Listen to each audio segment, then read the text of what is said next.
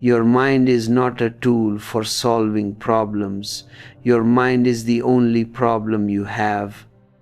You are desperately looking for answers in the very place where all your misery is manufactured.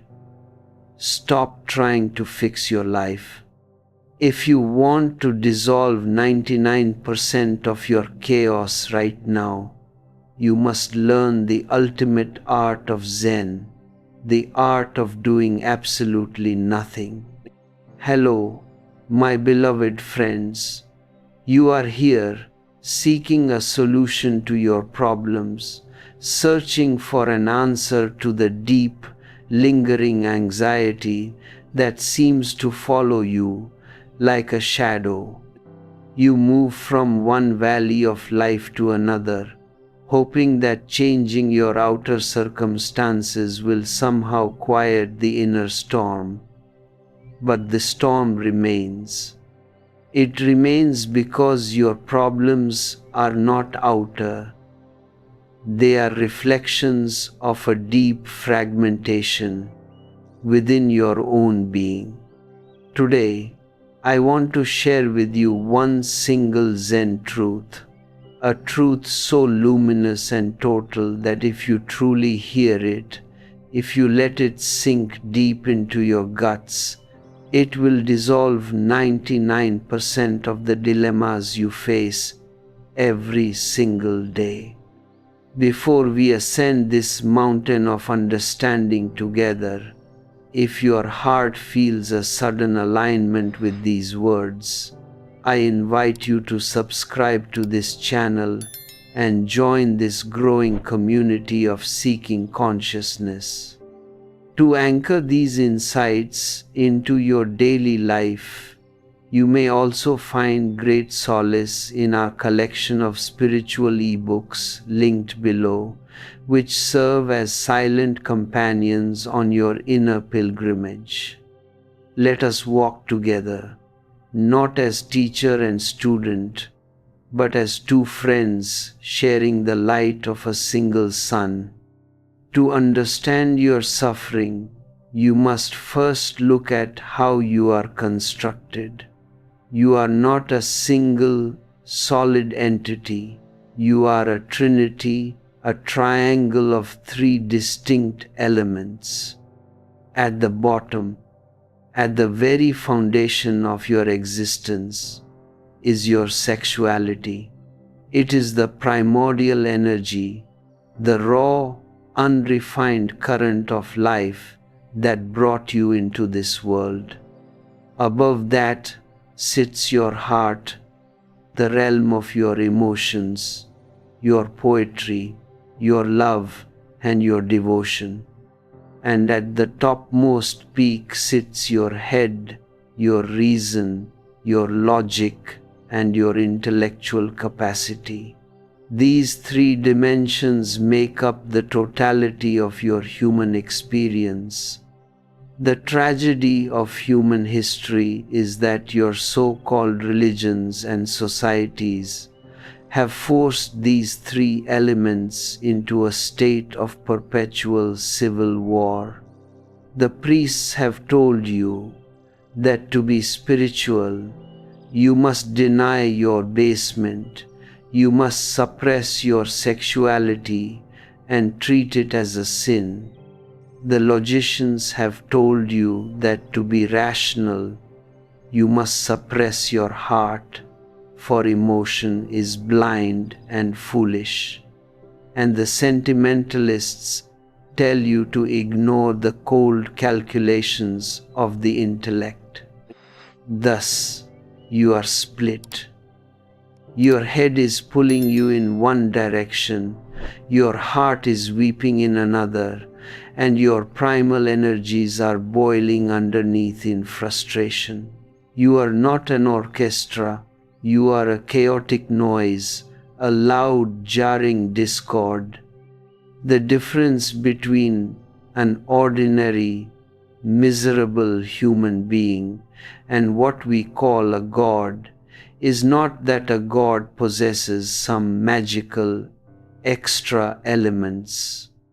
No, The difference is simply this: man's three components are at war, and God's three components are in perfect harmony.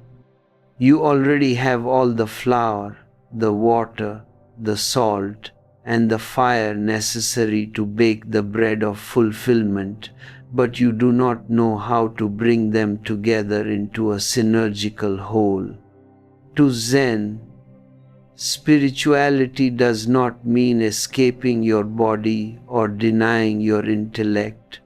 Holy means wholeness. Everything within you must be included, transformed, and transcended. Unless you learn to view all three parts of your being with absolute equality, you will never attain to an inner equilibrium. In the true Zen revolution, nobody is the master and nobody is the servant. There are moments when your sexuality must sit on the throne. There are moments when your emotions must rule. And there are moments when cold, calculated reason is required. It is a rotating wheel. And these three elements are the spokes. If you get identified with just one spoke, if you force your head to remain on the throne forever, the wheel ceases to turn and your life becomes rigid, mechanical, and dead. Look at the modern world. We have cultivated the head at the expense of everything else. We are moving toward a time when we will create the perfect computer. Do you know what a computer is? A computer is exactly what the old theologians proposed God to be. Pure head, pure intellect, completely detached from the body. The computer has no sexuality, no sensuousness, no emotions. It will not weep when someone dies. It will not laugh. It will not celebrate a birth. And it will never commit the beautiful folly of falling in love. A computer is just pure, mechanical head. If you isolate your intellect from your heart and your body, you become nothing more than a highly efficient biological machine. As you listen to this, if you feel the weight of this mechanical existence, if you feel a longing to break free from the prison of pure intellect, take a moment to hit the like button and share your thoughts in the comments below. Tell me where you feel the conflict most within your own life.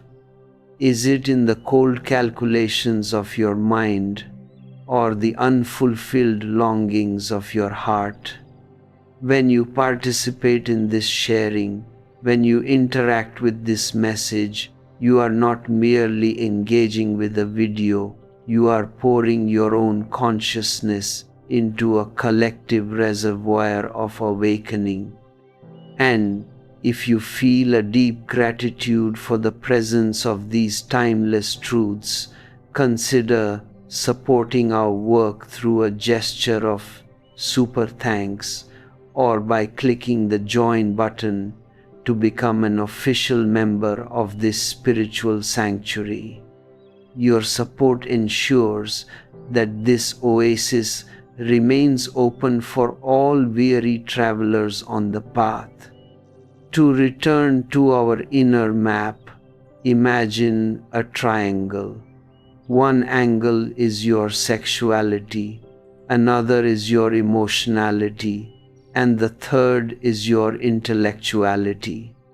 Right within the very center of this triangle lies a single point of absolute stillness, your consciousness, your pure awareness, your witnessing soul. When all three angles of your being lead inward to this central point, that is what meditation is.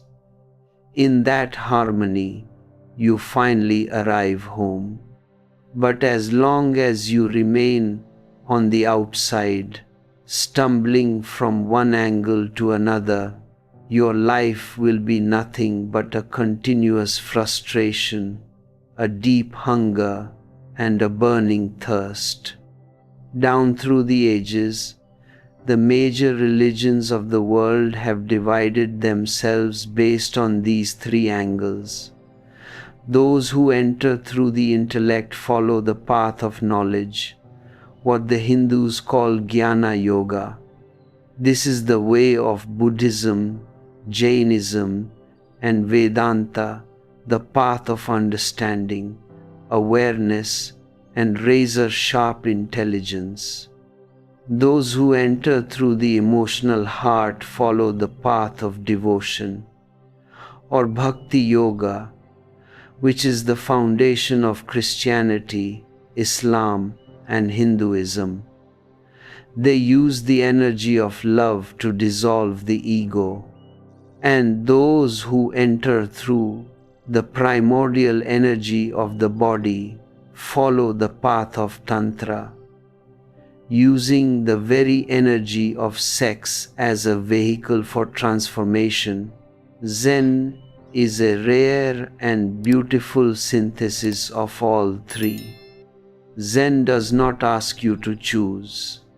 Zen says you can remain completely choiceless and use the entire wheel, the whole triangle, to journey inward. None of these routes is superior to the other, for they all meet at the exact same center. Therefore, a truly religious person never carries condemnation in his heart. If you see someone following the path of Tantra and a sudden judgment arises within you, know that you are not condemning that person. You are merely revealing your own hidden fear and repression of your sexuality. If you condemn the devotee dancing in emotional ecstasy, it only shows that you are denying your own heart its full expression. To make this crystal clear, let me share with you one of the most beautiful parables in the entire tradition of Zen. I have loved this story for many, many years, for it contains the entire geography of the human mind. Once upon a time, there was a man standing on a very high, distant hill. Three travelers walking in the valley below noticed him standing there against the sky. Because the distance was immense, they could not see what he was doing. They could only see a silent figure etched against the horizon, and naturally they began to argue intensely about him. Try to enter into the deep metaphor of this story. The high hill represents the mountain of meditation, the peak of pure awareness. The man standing on the peak is a Buddha, a Christ, a watcher who has arrived at the ultimate center of existence. From that height, his vision is completely total. He can look down into all the valleys, see all the paths, and observe all the different travelers moving toward the same summit. When you are standing on Mount Everest, the distinctions between the paths disappear. You can see that even those who appeared to be moving in opposite directions are ultimately climbing toward the very same peak. At that height, all philosophies are dropped, all dogmas are forgotten, and all identifications become completely meaningless. The watcher is free because his vision is complete. But the three travelers in the valley are far away. They represent the three divisions of the human mind: the intellect, the heart, and the body. Because they are confined to the narrow, foggy space of the valley, they cannot see reality as it is. They can only guess, infer, and project their own internal states onto the man on the hill.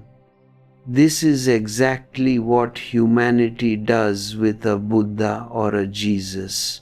We stand in the physical vicinity of an enlightened master, yet an infinite psychological distance separates us. We listen to them through the cloudy filters of our own past, our own anger, and our own attachments, and everything we say about them becomes utter nonsense. Whether you praise a Buddha or condemn him, your words are completely irrelevant, because you are not describing the Buddha, you are only describing yourself. The first traveler, looking up at the man on the hill, said with absolute certainty, "He has probably lost his favorite animal." This first traveler represents the head, the intellect, the rational mind. The head is a hoarder, a miser, an entity deeply obsessed with possessions, bank balances, cars, houses, power, and prestige. It cannot conceive of any action that does not have a utilitarian purpose. If a man takes the trouble to climb a high mountain, the intellect concludes he must be doing it to find something he owns, perhaps a lost cow or a stray sheep. If an intellectual person sees a meditator sitting silently, doing nothing, what does the intellectual think?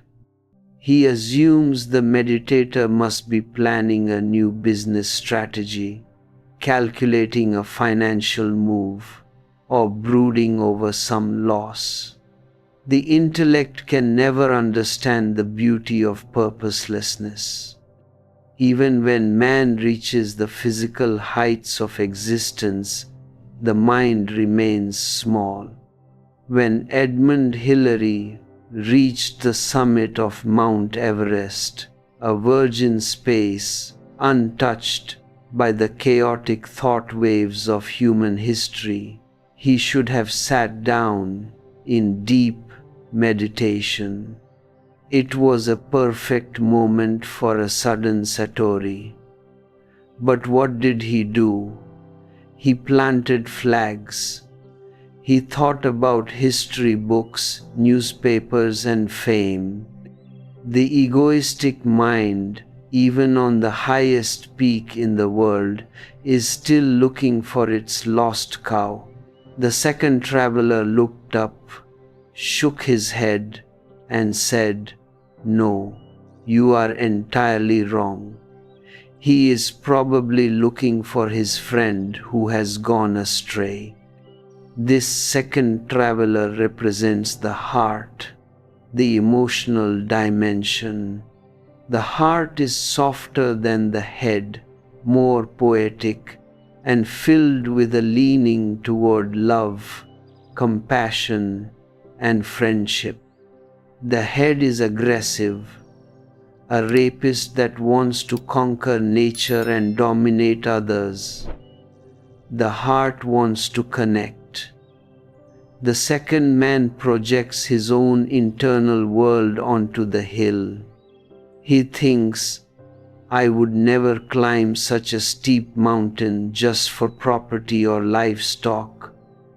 But for a friend, for love, I would walk to the ends of the earth." Therefore, that man must be searching for a lost beloved. He shows more compassion, yet he is still trapped in the world of duality, still projecting his own desires onto reality. The third traveler laughed at both of them and said, "You are both fools. He is up there for no other reason than to enjoy the fresh air and the beautiful sunshine. This third traveler represents the physical body, the center of sexuality, joy, fun, and playfulness. Sexuality in its purest essence is a celebration of vital energy. It is not a business transaction. It is not a duty. But look at what you have done to your life. You have turned even your joy and your sexuality into hard work. You have listened to moralists who tell you that sex is only justifiable if it serves a purpose, such as procreation. They treat sexuality as if it were a factory, demanding a social utility for every moment of pleasure. But the fundamental nature of the body's energy is sheer fun, a spontaneous dance with existence under the full moon, a joyous response to the roaring sea and the falling rain. The third man understands this playfulness, so he concludes that the man on the hill is simply enjoying the fresh air. The three travelers could not agree. Their arguments grew more heated, more violent, and more logical as they continued their journey. This is the history of human philosophy. Centuries of endless debate between the head, the heart, and the body, each claiming to possess the ultimate truth. And these arguments continue right up to the moment when they finally arrive at the top of the hill. This is a tremendous point in the parable. Argumentation only happens when there is a vast distance between you and reality. The greater the distance, the more books are written, the more philosophies are created, and the more dogmas are enforced. The moment you come face to face with the real, all guessing stops. When the travelers reached the summit, they stood directly before the silent watcher. The old habits of the mind do not disappear instantly. However, even when standing before the ultimate truth, the intellect tries to validate its own prejudices. The first traveler stepped forward and asked, "O friend, standing on this hill, have you not lost your favorite animal?" The man on the hill looked at him and replied calmly, "No, sir, I have not lost any animal." Notice that when you ask reality an indirect, prejudiced question, you will always receive a negative answer. The traveler did not ask a direct question like, "What are you doing here?" He asked, "Are you looking for an animal?" He wanted to prove his mind was right.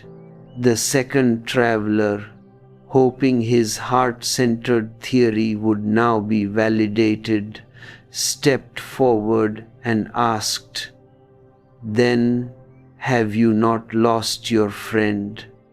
The man on the hill answered, "No, sir, I have not lost my friend either." The third traveler, now brimming with confidence because the first two had failed, smiled and asked, "Then you must surely be here in order to enjoy the fresh air and the sunshine?" The man looked at him and said, "No, sir, that is not why I am here."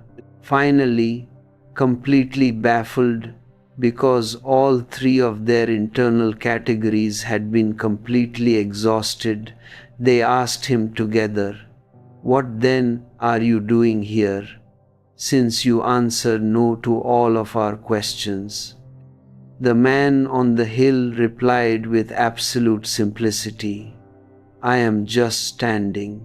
I am just being. I am not doing anything whatsoever." This profound statement, "I am just standing," is the ultimate definition of meditation.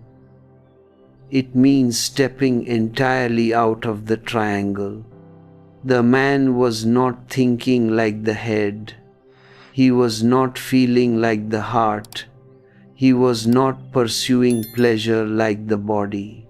He was sitting exactly in the silent center of the Trinity, resting in pure, unadulterated isness. When you enter into this meditative space for the very first time, all your internal centers are shocked into an absolute, breathless silence. The chattering head suddenly runs out of words. The emotional heart stops throwing up clouds of sentiment, and the restless fires of physical desire fall completely quiet. You are no longer a part. You have become the whole. You are just standing. This realization is what the ancient Zen masters called Satori. Satori is the moment when your internal conflicts completely disappear and a perfect harmony arises within your own being. It is the necessary bridge to Samadhi, which is the final step. In Satori, your inner conflict dies. In Samadhi, you dissolve entirely, and the separation between you and the universe vanishes into nothingness. You become the stars, the trees, the roaring ocean, and the silent sand. You are everywhere and nowhere at once. This ultimate goal of meditation is the only joy in existence that is completely non-exploitative and non-competitive. If you pursue money, power, or political status, you can only win by making someone else a loser. Your wealth implies someone else's poverty. Your high political chair requires that someone else sit on the floor. Every worldly ambition is built upon the exploitation and defeat of your fellow human beings. Even your worldly love can become possessive, drawing a rigid boundary around another soul. But meditation takes nothing from anyone. It is a spontaneous blossoming within your own interiority. Enlightenment is not an outer achievement, it is an existential growth, a radical shift from the confusion of many personalities to the absolute rest of the universal soul. When you begin to look closely at the architecture of your suffering, you discover that the mind is a master of defense. It is incredibly cunning, highly rational, and deeply invested in protecting its own boundaries. It acts as its own defense attorney, constantly building elaborate logical fortresses to prevent you from taking any step that might threaten its absolute dominance. Sannyas, or the true act of deep spiritual surrender, represents a total death to the egoistic mind. Therefore, your mind will employ every trick in its repository to stop you from making that radical leap into the unknown. If you sit around waiting for your logical mind to give you permission to transform, you will be waiting for an eternity. The mind never cooperates with its own dissolution. It cannot, because its primary instinct is survival. The decision to step out of your fragmentation and enter into a life of authentic awareness does not originate in the intellect. It arises from a much deeper, much more profound space within your very being. It comes directly from your guts, from the foundational roots of your existence. It is not a phenomenon of the head. If you attempt to treat spirituality as an intellectual puzzle to be solved through calculated decisions, you will miss the entire point, and the real essence of transformation will completely elude you. To understand how the mind deceives itself, you must look at its multi-layered structure. The human mind operates across three distinct dimensions. The thin surface layer that is completely visible and familiar to us is the conscious mind. It is a very small, fragile piece of your totality, yet because it possesses the faculty of everyday awareness, it proudly pretends to be the absolute master of the house.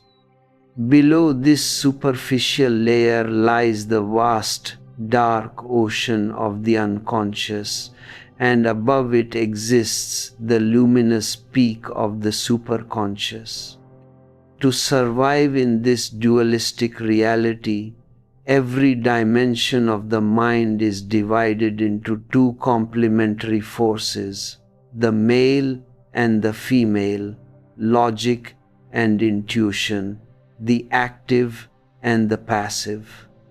In our modern civilization, we have aggressively cultivated the logical thinking, male side of the conscious mind, while completely starving and ignoring the feeling, intuitive female side. We have created a society that is deeply lopsided, obsessed with analysis, computation, and aggressive execution, while completely losing touch with the beautiful art of receptive dreaming, poetic visualization, and spontaneous emotional flow. When people engage in psychological therapies that focus on inner exploration, they often experience a shift in their internal focus. They move from the active, analytical left hemisphere of the brain to the passive, receptive right hemisphere. This shift is very much like changing a gear in a car. The logical thinking mind becomes exhausted from its continuous daily efforts, and when you allow yourself to relax, to close your eyes, and to enter a state of passive reverie, the hidden, denied feminine side of your consciousness naturally asserts itself. If you are a man exploring these inner spaces, your intuitive guide will almost always appear to you in the form of a woman. If you are a woman, your internal guide will manifest as a man. This is a beautiful, highly scientific process of psychological balancing, but it is crucial to recognize that this exploration remains entirely confined to the boundaries of the conscious mind. You have simply shifted your position on the same superficial plane moving from conscious thinking to conscious dreaming. It brings a temporary sense of relief and equilibrium, but it does not represent a radical, structural mutation of your consciousness. Deep down, this newfound inner guide will continue to follow the exact same maps and boundaries that your dominant thinking mind has already laid down over a lifetime of social conditioning. If your logical mind carries a deep, unacknowledged fear of true spiritual transformation, that vibration of fear will inevitably sink into your intuitive, feeling side. The mind is a interconnected web. Whatever happens on the surface ripples into the depths of your internal shadow. When you close your eyes and call upon your inner guide to ask whether you should take a dangerous, ego-shattering leap into a life of absolute surrender, that guide will simply mirror your own hidden anxieties back to you. The guide might speak with an aura of absolute clarity, appearing direct, open, and completely free of ambiguity, but that is simply because it has become an extension of your own refined academic ego. It tells you exactly what your fear wants to hear. It provides a beautiful, spiritualized justification to keep you safely within your comfort zone. If the logical mind says no to transformation, it will offer you a long list of sophisticated arguments and philosophical rationalizations. If the intuitive side says no, it will not offer arguments. It will simply present a final, conclusive feeling. It jumps directly to the conclusion, declaring that you do not need to take the risk. But make no mistake, underneath the beautiful, mystical clothing of this inner guide, it is still your own fear reflecting back at you.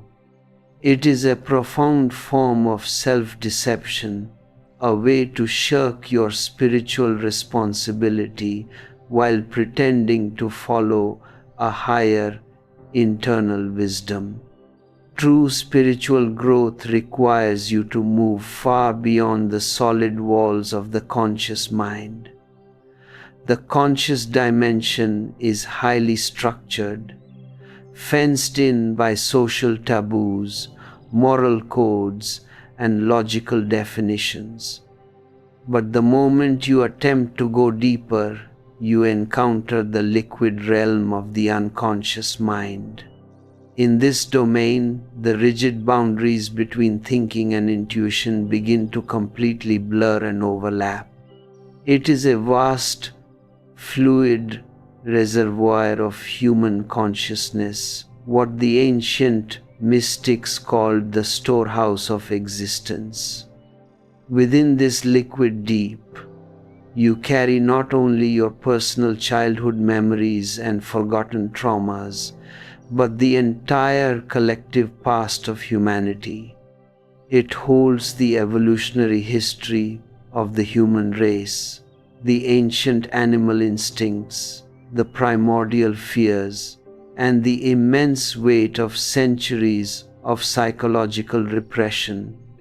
Navigating this wild, chaotic wilderness is an incredibly difficult and risky phenomenon.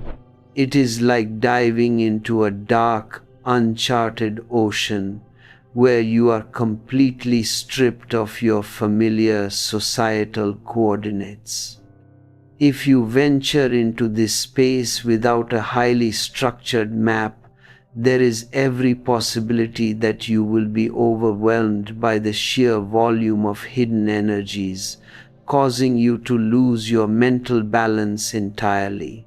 Because the unconscious mind is so deep and fluid, you cannot navigate it through simple relaxation techniques or superficial psychological shifting. You require immense, time-tested methodologies that possess the power to anchor your awareness while you explore the dark waters of your inner past. This is precisely why systems like yoga, tai chi, aikido, and traditional martial arts were created. They are not mere physical exercises. They are profound energetic sciences designed to take your consciousness deep into the unconscious realms while keeping you completely alert, centered, and protected. These methods require years of intense training, dedication, and technical mastery. They force you to accumulate psychological oxygen, to expand the capacity of your awareness, and to develop an extraordinary amount of spiritual courage. In this secondary realm of the mind, you do not necessarily need a living, enlightened master. A highly competent teacher who has mastered the technical methodology will suffice. You can depend on the structural integrity of the method itself to act as your lifeguard while you dive into the oceanic depths of your biological and psychological past. But there is a third dimension of the mind that presents an even greater, more magnificent challenge, the superconscious peak. If moving into the unconscious is like diving deep into water, moving into the superconscious is like falling upwards into the absolute infinity of the sky. It is a vertical movement into height, a journey that requires you to grow spiritual wings and defy the heavy psychological gravity of your ego. In the superconscious realm, the state of inner energy becomes completely vaporous. The fluid dualities of the lower mind completely evaporate into a magnificent, luminous unison. There is no longer a thinking part that is separate from a feeling part. They exist as a singular, undivided whole. You perceive, you understand, you love, and you know simultaneously, without the slightest internal friction. This is the ultimate mountain peak of existence. And because the path is incredibly steep and completely trackless, human methods and structured techniques completely lose their utility here. You cannot climb to this height through a mechanical process. You require something far more alive, far more immediate. You require the hand of a living master who has already traversed the uphill path and knows every hidden cliff and abyss of the beyond. This absolute necessity for a living connection is the true foundation of sannyas. Sannyas is not a social organization, a religious ritual, or a moral commitment. It is the ultimate science of connections, a sacred art that we can call synaptics. It is the energetic link that connects your searching consciousness with someone who has already arrived at the ultimate peak of superconscious realization. A true master is never going to hand you a package of secret knowledge or give you a set of comforting answers to satisfy your intellect. The master acts purely as a cosmic catalytic agent. Their very presence, their vibration, their eyes, and their silence become a living, undeniable proof that the beyond is real, that it is possible for a human being to transcend the petty miseries of the ego and live in a state of eternal celebration. When you connect your energy with a master through trust and love, your inner journey truly begins. You gain a source of absolute confidence and unshakable courage, allowing you to take the ultimate risk of dying to your past so that your authentic divine nature can be born.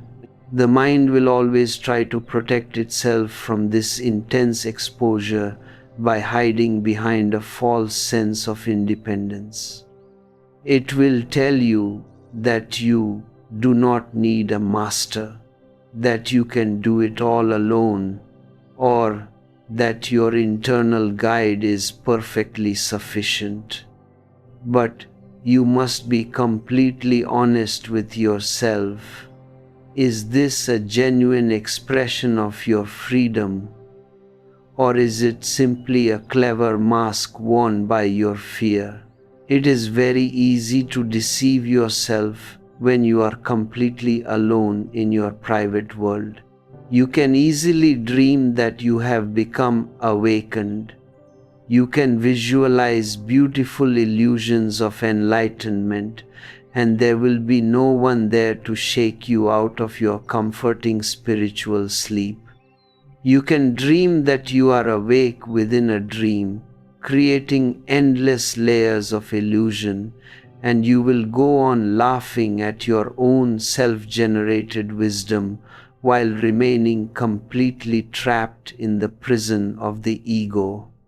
A living master is a mirror that refuses to cooperate with your self-deceptions. When you stand before an awakened consciousness, your masks cannot hold.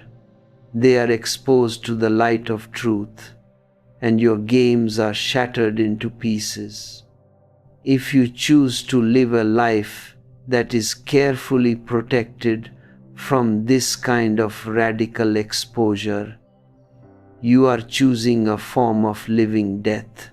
Think of a professional mountain guide who steps before a committee of anxious, overprotective parents. The parents are terrified of the dangers of the high peaks, the risks of climbing, the unpredictability of the wilderness, and they demand a guarantee. They ask, "Can you absolutely guarantee that our children will be safe?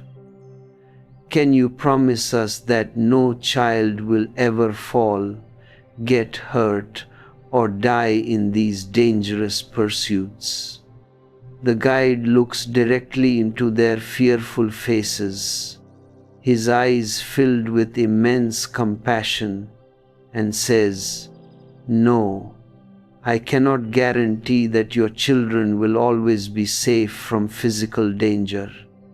I cannot promise you that no one will ever perish in the mountains. But I can guarantee you one undeniable truth. If you keep your children perfectly protected within the safe, comfortable walls of your homes, they will certainly survive, but they will live completely dead lives. They will never experience the thrill of adventure. They will never know the majestic beauty of the peaks. And they will suffer a permanent, tragic spiritual death. Their bodies will move on the surface of the earth, but no real life will flow through them. No vital juice will animate their souls. This is exactly what I promised to you when I invite you to step onto the path of true meditation. I am not here to offer you a safety net, a comforting philosophy, or a guarantee of psychological security. I promise you absolute danger. I promise you the total risk of losing everything you think you are. If you walk with me, your past is bound to be destroyed. Your egoistic identity is bound to be completely shattered. But only through that absolute annihilation can something entirely new, something radically fresh and divine, be born within you. You must die as a seed if you ever want to grow into a magnificent flowering tree. Do not allow your mind to shirk this immense responsibility by hiding behind superficial therapies or imaginary inner guides.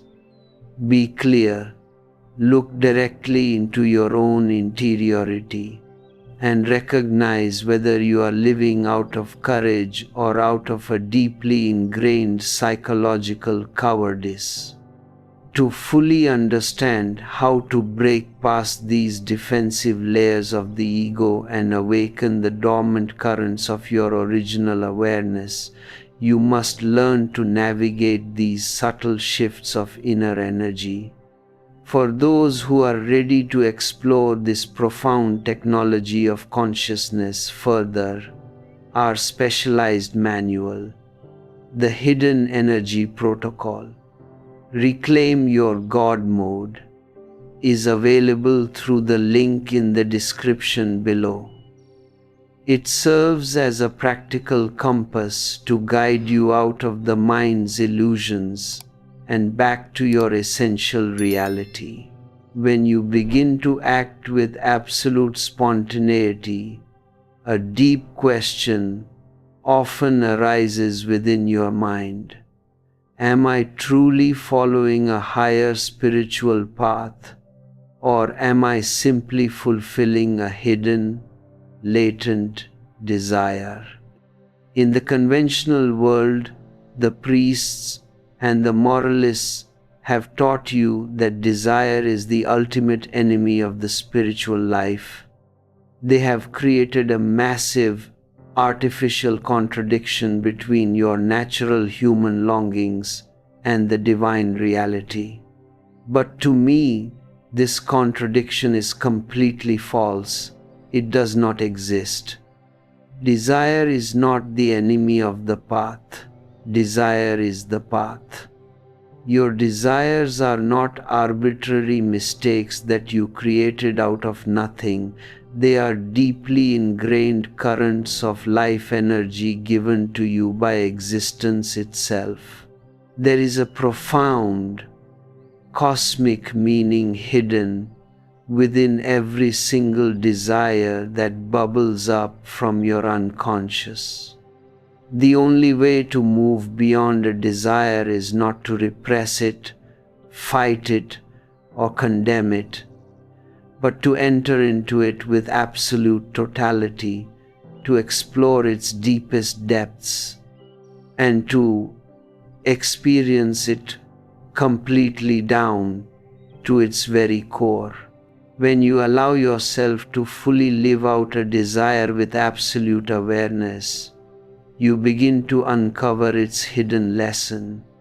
You discover what it can give you and what it can never give you.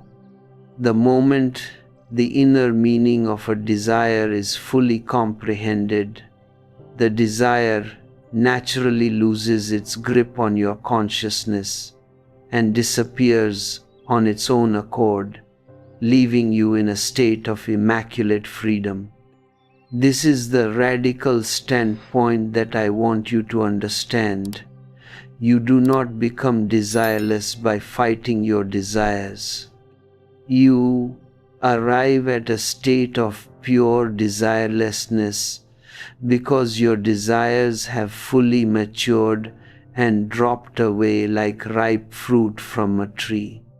This is the profound wisdom of the Zen masters, who tell you to let yourself go with the flow of your natural energies, to keep close company with your desires, and to use the very fire of your longings as a mechanism to burn away your illusions. Look at the immense psychological damage that has been inflicted upon humanity by the obsession with artificial purity and forced celibacy. Millions of seekers sit in silent meditation, desperately trying to achieve a state of holy perfection. Yet the moment they close their eyes, their minds are completely crowded with intense sexual fantasies. They view these fantasies as ugly, dirty, and shameful, and they become utterly obsessed with finding a way to get rid of this sexual fixation. But what they fail to realize is that they do not suffer from a sex obsession, they suffer from an obsession with forced purity. By interpreting sex as something impure, corrupt, and antagonistic to the divine, they create a massive psychological split within themselves. They repress their natural biological energy, and that repressed energy has no choice but to boil underneath the surface, waiting for the slightest moment of relaxation to explode into their conscious imagination. I want to declare to you with absolute unconditional clarity, you are already pure. As you are in this very moment, you are completely perfect and divine. Your journey is not a miserable struggle from imperfection to perfection, or a dark pilgrimage from the claws of the devil to the arms of God. Your life is a beautiful movement from perfection to a greater perfection, an expansive dance from God to more God. Sex is one of the purest, most fundamental, and most beautiful experiences available in this existence. All of life grows out of it. All of nature celebrates through it. The crying of the birds in the forest, the magnificent blossoming of the flowers in the spring, the roaring of the ocean waves, it is all a grand, beautiful manifestation of sexual energy. Sex only becomes dirty and obsessive when you allow the moralistic priests to poison your mind with guilt. When you sit in meditation and allow your being to relax, your unconscious mind naturally brings these sexual fantasies to the surface. It is not an attack by an enemy. It is the voice of your own natural energy crying out to you, pleading with you not to poison it or destroy it. It is telling you, I am your friend. I am your very foundation. Befriend me, understand me, and I will act as the raw fuel that carries you to the ultimate heights of consciousness. Real purity, the authentic state of holiness, does not come from denying your sexuality. It arrives as a natural, beautiful consequence of understanding it completely.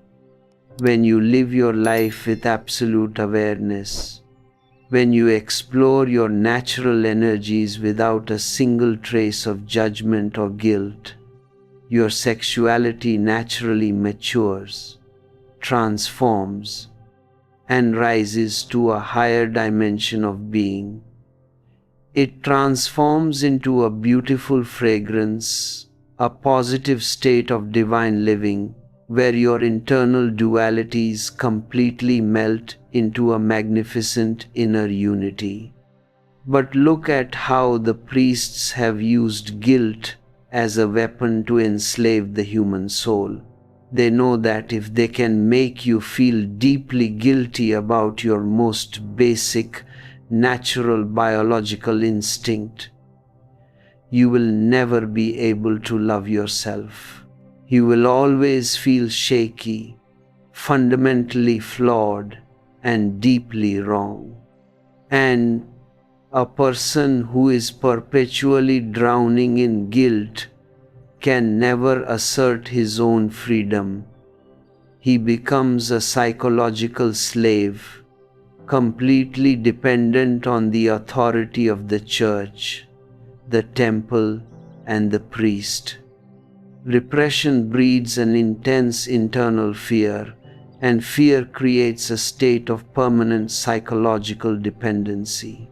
The very moment you experience a taste of inner freedom in your meditation, the repressed energy bubbles up, and instead of celebrating it, you rush back to the priest to ask for a cure to the very disease that he created in the first place. You must drop this ridiculous obsession with forced moralistic purity. The moment you stop fighting your natural energy, the obsessive, compulsive nature of your mind completely evaporates. Stop listening to the hollow Mahatmas who tell you that this world is a corrupt place of sin. This existence is an absolutely perfect manifestation of the divine. A better world is simply impossible to imagine. True trust, authentic spiritual faith, means having absolute, unwavering confidence in the laws of nature and the flow of life. When you stop creating internal enemies out of your anger, your desire, and your sexuality, you enter into a state of beautiful friendship with yourself. Through that alignment, your natural energy flows smoothly, and the ultimate transformation of your consciousness happens completely silently, without the slightest effort or internal conflict, shining in your inner sky like a magnificent, solitary star. Consider the deep confusion that exists when people lose touch with the natural cycles of existence. There are those who reach the advanced years of their lives, perhaps 65 or 70, and they begin to feel a deep sense of panic because their interest in physical sexuality has naturally and gracefully disappeared. They have spent their entire lives listening to a culture that praises youthful vitality, and they look at the natural cooling of their biological fires as a tragic loss, a disease to be cured. They come to me and ask in deep anxiety, "What should I do? I have lost all interest in sex." And I look at them with absolute amusement and say, "Breathe a sigh of relief. Celebrate. It is time to let it go. You have allowed the young people to be foolish. You have fulfilled your biological duty to the earth, and now nature is giving you a magnificent, beautiful hint to prepare for the grandest journey of all. According to the deep, hidden sciences of inner energy, there is a perfect mathematical rhythm to human life. It takes exactly 14 years from the moment of your birth for your sexual energy to fully mature and blossom into the world. And at the other end of the cycle, when your biological life begins to wind down, the natural, unforced disappearance of your sexual desire is a clear, existential indicator that you have exactly 14 years of physical life left on this earth. It is nature's beautiful way of turning the hands of the cosmic clock, whispering to you that your time in the physical basement is over and it is now time to move into the higher balconies of your being. It is a graceful preparation for the ultimate mystery of death, which is nothing but a grand door leading back into the universal source. But humanity has become so completely disconnected from the rhythms of nature that we no longer know how to grow old with dignity. We are so deeply poisoned by religious repressions and societal expectations that we cannot distinguish between a natural, beautiful cooling of energy and a psychological blockage caused by hidden guilt. We spend our old age desperately clinging to the illusions of youth, dragging the dead weight of our past desires into a period of life that was meant for absolute silence, meditation, and spiritual harvest. When you are 70 years old, your grandchildren are grown, and your face is etched with the beautiful gray lines of time. It is an absolute folly to go on playing the games of the valley. Let the river flow naturally toward the ocean. Do not attempt to stand in the current and push the water backward. When you allow your past to drop away naturally, without the slightest resistance, you open yourself up to the magnificent experience of the fourth dimension of being. Your intellectuality, your emotionality, and your sexuality are the 3 dimensions of your worldly existence. But when these 3 forces are brought into a state of perfect dancing harmony, they give birth to a transcendental fragrance, a sublime state of consciousness that cannot be translated into human language. It is a life of absolute godliness, a state of being where you walk upon the earth as a living manifestation of the divine. This cannot be achieved through forced moral engineering or rigid vows of celibacy. It happens only when you have fully lived, fully understood, and fully outgrown the lessons of the lower triangles. Yet, the moment I speak of stepping into the unknown, a natural, deep-seated hesitation arises within every human heart. Whether you look at yourself as a small, fragile bird or a massive, powerful sea lion, the structural resistance to the unknown is exactly the same. Fear is a completely natural biological response. When you stand on the edge of a territory that has no maps. A child who has lived for 9 months in the absolute security, warmth, and paradise of the mother's womb experiences his birth as a terrifying form of death. He is being violently uprooted from a home where every need was effortlessly met, where he didn't even have to take the trouble to breathe or eat on his own.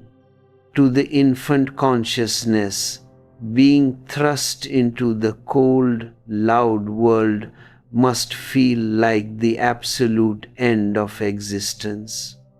This primal experience prints itself so deeply into the human psyche that we spend our entire lives searching for a way to recreate that lost paradise of the womb. It is the root of our obsession with safety, with political security, with religious dogmas and comfortable social structures. We crave a womb that will protect us from the terrifying vastness of reality. A seed that rests comfortably in the dark soil faces a tremendous existential crisis when the time comes to sprout. To become a tree, the seed must undergo a total dissolution. It must literally crack open and die to its original form. The seed can never meet the flower. It cannot stand there and say, "Look how beautiful my branches have become." It must completely disappear into nothingness so that the new life can emerge. Imagine a magnificent river that has traveled thousands of miles through high mountains, deep valleys, bustling cities, and festive villages. Suddenly, she reaches the very edge of the land and beholds the infinite, terrifying vastness of the ocean. A natural, intense hesitation must happen within her. She looks back at her long journey, at the beautiful forests, the safe river banks, the people who loved her, and she trembles with fear. She knows that the moment she leaps into that vast abyss, she will completely lose her identity. She will no longer be called the Ganges. She will no longer possess a separate name or a distinct boundary. She will disappear completely. But how can the poor, finite river comprehend that by disappearing into the ocean, she is not dying? How can she understand that this dissolution is not an act of destruction, but the ultimate fulfillment of her destiny? By falling into the infinite deep, she ceases to be a narrow, limited river and becomes the magnificent ocean itself. Her life is expanded a millionfold. She enters into a state of absolute abundance. This is the exact same hesitation you feel when you stand on the verge of true meditation. Your narrow ego trembles at the prospect of nothingness, unable to perceive that by losing your small, miserable self, you are inheriting the absolute totality of existence.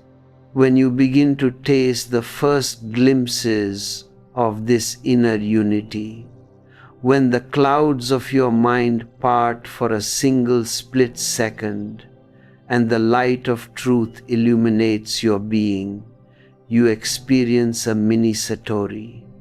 It is a sudden, beautiful breeze that enters your inner room, exposing your awareness to a whole new dimension of reality. The aperture of your soul opens, and for a magnificent moment, you see things exactly as they are. But because your old habits, your social conditionings, and the momentum of your past ego are incredibly strong, the aperture quickly closes again, and you fall back into your familiar patterns of conflict and unrest. Whenever this beautiful glimpse happens to a seeker, I deliberately choose to call it a mini Satori. I do not do this out of spiritual miserliness. I do it as a profound act of protection. The moment a person experiences a taste of the divine, their ego is waiting right around the corner, ready to pounce on the experience and turn it into a source of pride, the mind will say, "Look, I have achieved enlightenment. I am special. I am a great meditator." And the very moment that spiritual pride enters your heart, the glimpse is completely lost, and you fall deeper into the illusion than ever before. By calling it a mini satori, I keep you alert, humble, and deeply careful. A seeker who has attained a glimpse of true inner unity is very much like a pregnant woman. She is carrying something of infinite value within her womb, a fragile, beautiful new life that requires the utmost care, protection, and nourishment. The higher dimensions of existence are incredibly soft and delicate. They are like a beautiful rose flower that can be destroyed by the slightest careless accident, while the lower realities are hard and rigid like rocks. You must nurture your silence. You must protect your awareness with your very life, and you must accept an intense sense of spiritual responsibility. Only when that glimpse becomes your permanent style of living, when it follows you like an unshakable shadow through every moment of your daily existence, does it mature into a full satori. You become a true individual, undivided, integrated, and completely anchored in your original face. But remember, reaching this state of individuality is still only the second stage of the grand cosmic design. Satori makes you an integrated individual, an undivided unity, but Samadhi makes you completely universal. First, you must step out of the crowd, out of the collective noise where you are nothing but a chaotic bundle of social personalities and borrowed masks, and you must become a solid, single one. But once you have achieved this magnificent unity, the higher mathematics of the soul demands that you take the final, most glorious step. You must move from being a one to becoming an absolute zero. You must step from individuality into complete nothingness, from the fullness of being an integrated person into the infinite void of the divine. Plotinus, one of the rarest mystics of the Western world, a man who can sit comfortably alongside Gautama Buddha, and Lao Tzu spoke of his own experiences of samadhi by describing it as a state where there are no longer two. The beholder is completely one with the beheld. It is not a vision that you look at from the outside as an object, but a magnificent unity that is directly apprehended from within. In that ultimate space, nothing within you and nothing outside you induces any kind of diversity or separation. All inner movement ceases. All being becomes completely calmed, and you turn neither to the left nor to the right, neither to the without nor to the within. You become utterly resting, having transformed into the very phenomenon of eternal rest itself. When you are living on the surface of life as a persona, as a fragmented crowd of shifting social masks, restlessness is your very definition. You are in a state of constant inner turmoil, an endless civil war between your head, your heart, and your desires.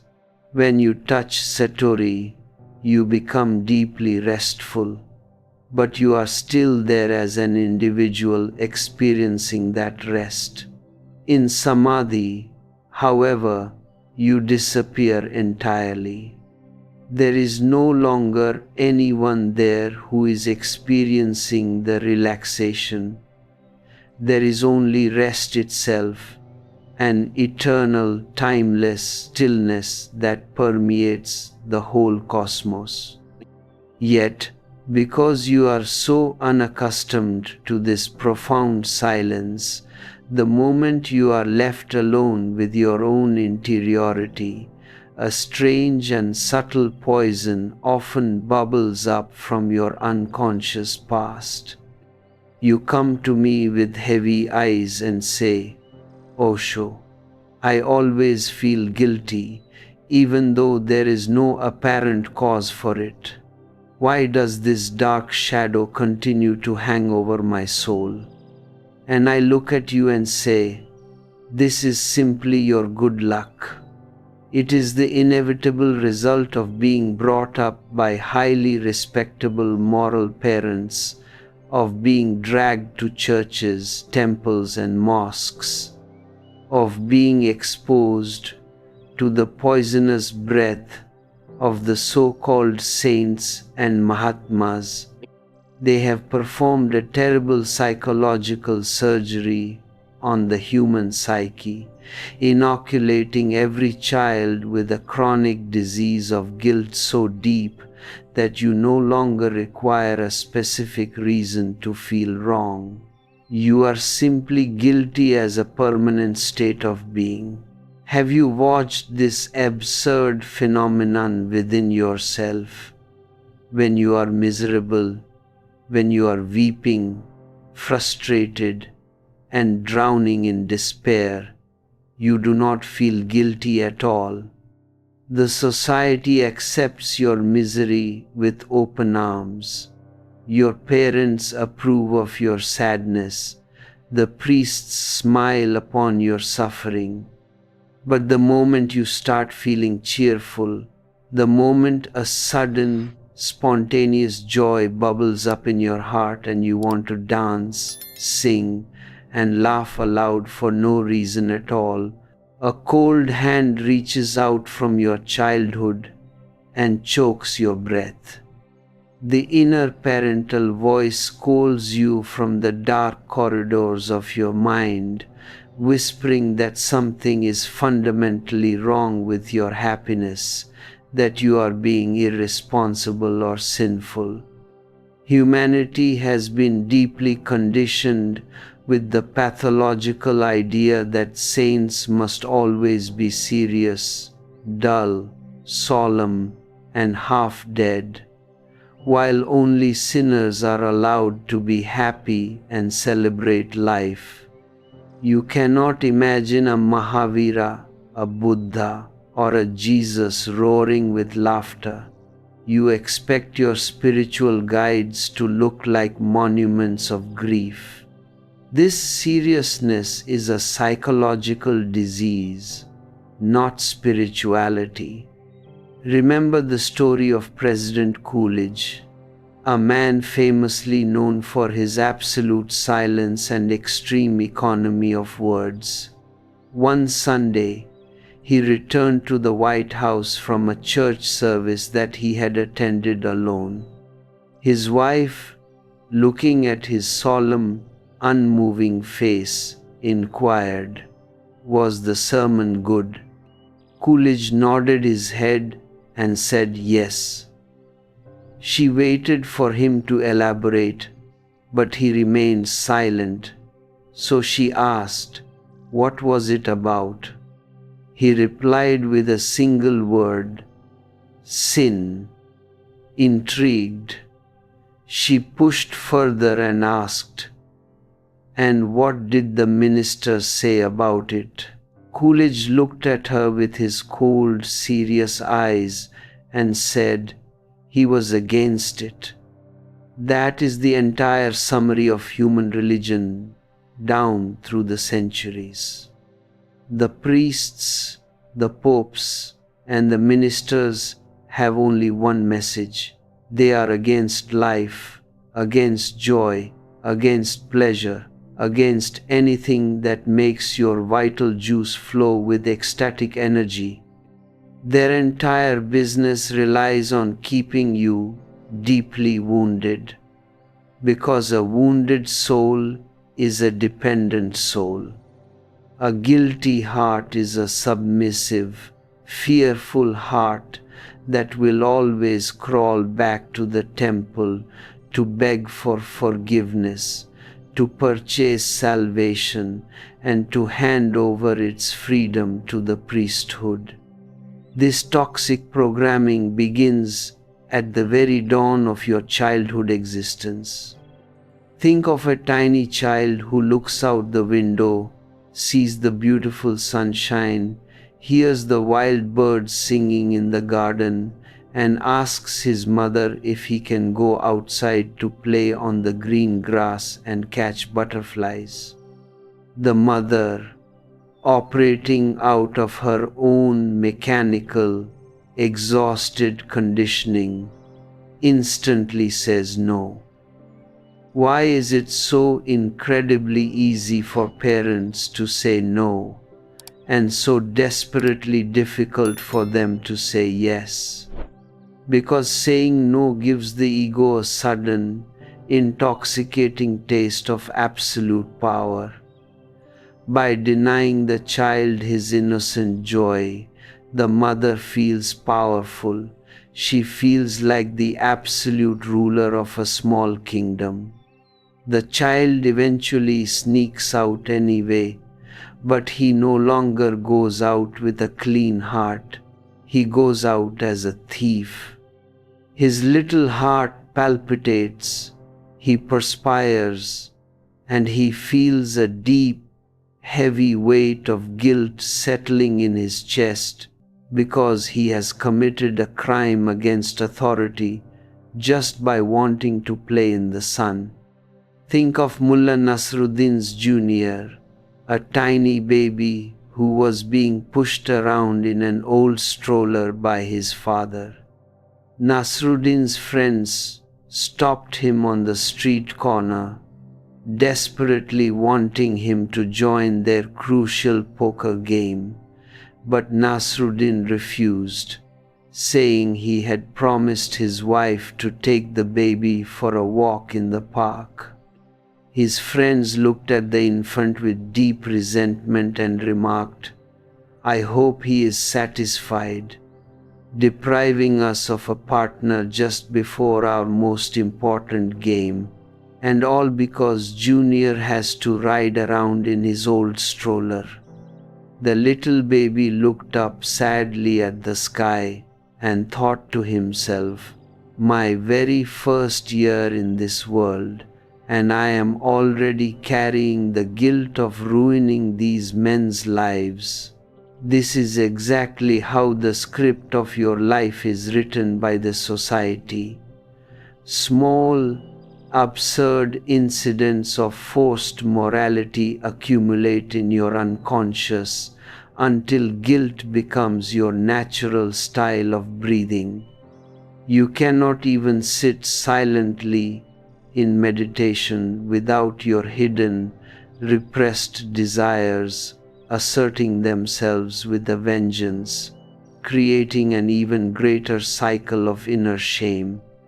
Think of the old spinster who owned a highly scandalous parrot that continuously swore and used the most terrible, wicked expressions. Whenever the local vicar came to visit her house, she would quickly throw a heavy dark cover over the cage to hide her shame. One day, the vicar inquired about the cover, and upon pulling it off, the wicked bird let out a magnificent mouthful of profanity. The spinster cried out in horror, "I will have to pull his neck, the villain." But the vicar smiled piously and said, "Certainly not, my dear lady. I possess a female parrot of the utmost virtue, a bird who spends her days and nights in deep prayer and holy devotion. Let us put them together in the same cage, and I am absolutely certain her holy influence will completely reform his wicked character. The next day, the spinster brought her bird to the vicarage and placed him inside the cage with the devout female parrot. Immediately, the wicked bird misbehaved, ruffling his feathers and shouting, "Come on, look at me. Why are we delaying our love? What on earth are we waiting for?" And before the shocked vicar or the spinster could move a finger, the holy praying female parrot opened her eyes, looked at him, and shouted, "What do you think I've been praying for all these years? This is what happens to all your forced prayers and synthetic purity. Your Mahatmas are sitting in their temples, continuously repeating holy mantras, but deep down in their dark unconscious, they are praying for the exact same things that the sinner is openly pursuing in the marketplace. Never deny anything to yourself, my friends. Do not be unkind to your own nature. When you repress a natural biological instinct, it does not disappear. It simply becomes rotten, dangerous, distorted, and corrupted. It sits inside your psyche like a sleeping volcano, and the moment you attempt to relax in meditation, the volcano begins to smoke, throwing up vivid sexual fantasies and chaotic desires before your eyes. Drop this obsession with artificial righteousness. True spirituality means accepting yourself unconditionally, trusting the intrinsic wisdom of your own life energy, and refusing to allow the dead voices of your ancestors to rule your present moment. To move completely beyond this conditioning, you must be willing to journey to the very edge of your psychological boundaries. Let me tell you an ancient parable of a man who traveled across high, jagged mountains, vast deserts, and uncharted oceans to find the absolute end of the world. He must have been a magnificent philosopher, for only philosophers possess such beautifully crazy, unexistential ideas. An ordinary person is perfectly content to enjoy the beauty of the middle, to love the flowers that are blooming here and now. But the philosopher is always obsessed with finding the final boundary, the absolute beginning or the ultimate end. He abandoned his children, his wife, and his home, walking for millions of lives in search of the final edge of existence. Whenever his body grew exhausted, his mind would deceive him into believing he had arrived. He would rest at a beautiful temple, listen to an established teacher who claimed to possess the absolute truth, and for a short time he would feel secure. But sooner or later, after a great rest, his energy would return. He would look out at the horizon and he would realize that he was still in the middle. The horizon was still as far away as ever. He realized that all the temples and teachers he encountered were nothing but monuments to human tiredness, comfort stations created by men who grew too exhausted to continue the pilgrimage into the ultimate. After an unimaginable journey across eternity, he finally came to a place that looked completely different. This time he was not tired, he was not deceiving himself, and he was completely alone. There were no temples, no priests, and no paths. Suddenly, the horizon vanished completely. He stood upon the edge of a massive, terrifying cliff, and when he looked over the brink, he encountered nothing but a vast, infinite emptiness, a total zero, an absolute chaos. Of course, he became paralyzed with fear. He had expected to find a golden palace, a physical god sitting on a throne, or a beautiful paradise. He had never dreamed that the end of the world would be an empty abyss. He stood there on the last cliff, shaking like a dry leaf in a ferocious wind, utterly unable to take a single step forward. Right at the edge, there was a signboard stuck into the ground. On the side facing the world, it was written in bold letters, "This is the end of the world." The sight was so terrifying that the man turned around and fled back into the crowded valleys, losing himself in worldly affairs so that he would never have to dream of that terrifying abyss again. But in his panic, he missed the entire secret of existence. He was so blinded by his fear of annihilation that he forgot to look at the other side of the signboard. If he had gathered an ounce of courage, if he had looked at the back of the board, he would have read a second message written on it. This is the beginning of the other. This is the core of the entire Zen teaching. The end of your mind is the end of the world, but it is simultaneously the birth of the divine.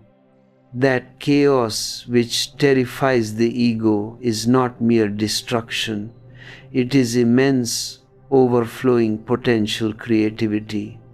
Stars are only born out of chaos. Magnificent creations only happen when the old structures are completely shattered into nothingness. Emptiness is simply the reverse side of allness. One step forward over that cliff, and he would have become an awakened Buddha. But he chose the safety of the prison over the wild freedom of the infinite sky. Look at the profound symbol of the Christian cross through this lens. When Jesus is nailed to the wood, he is standing on that exact same psychological cliff. In the final, agonizing moment of his physical existence, the human mind asserts its primal fear. He looks up at the silent sky and cries out, my God, why hast thou forsaken me?" It is a human complaint, an expression of immense anguish facing total annihilation. The mind of Jesus is trembling before the abyss. But then, in a single split second of absolute intelligence, he sees the futility of his resistance. He laughs at his own lingering ego, relaxes his entire being, and says, "Thy kingdom come, thy will be done, into thy hands I commend my spirit." That absolute relaxation is the leap over the cliff. He died as a separate person, and in that very disappearance, he was resurrected as a universal consciousness. When you die to your small private territory, you are no longer a fragment. You become spread all over existence. You become the universe itself. The only barrier preventing you from taking this leap is your constant identification with the mind. Zen says that the mind is the world. We spend our entire lives in schools, colleges, and universities strengthening this mind, making it highly efficient, competitive, and clever. But Zen is a process of total uneducation, a systematic unlearning of everything you have gathered from society. It teaches you how to become completely unskillful again, how to drop your sophisticated knowledge and look at existence with the innocent, unclouded eyes of a newborn child. The mind is a highly dysfunctional mechanism because it is physically incapable of existing in the present moment. It operates exactly like the pendulum of a grandfather clock, swinging endlessly from the past into the future, from the future back into the past. It looks at a beautiful rose today and instantly compares it to a rose it saw yesterday, or fantasizes about a rose it will possess tomorrow. It never stays here, now, in the immediate isness of the present.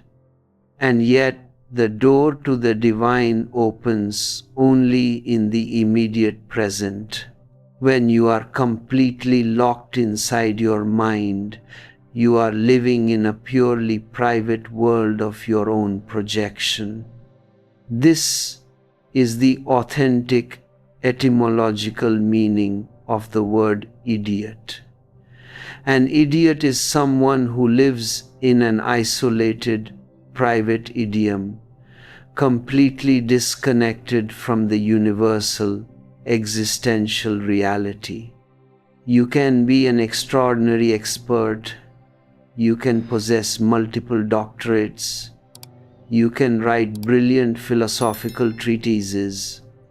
But if you are living inside your own projected thoughts and missing the immediate reality of this moment, you remain a highly sophisticated idiot.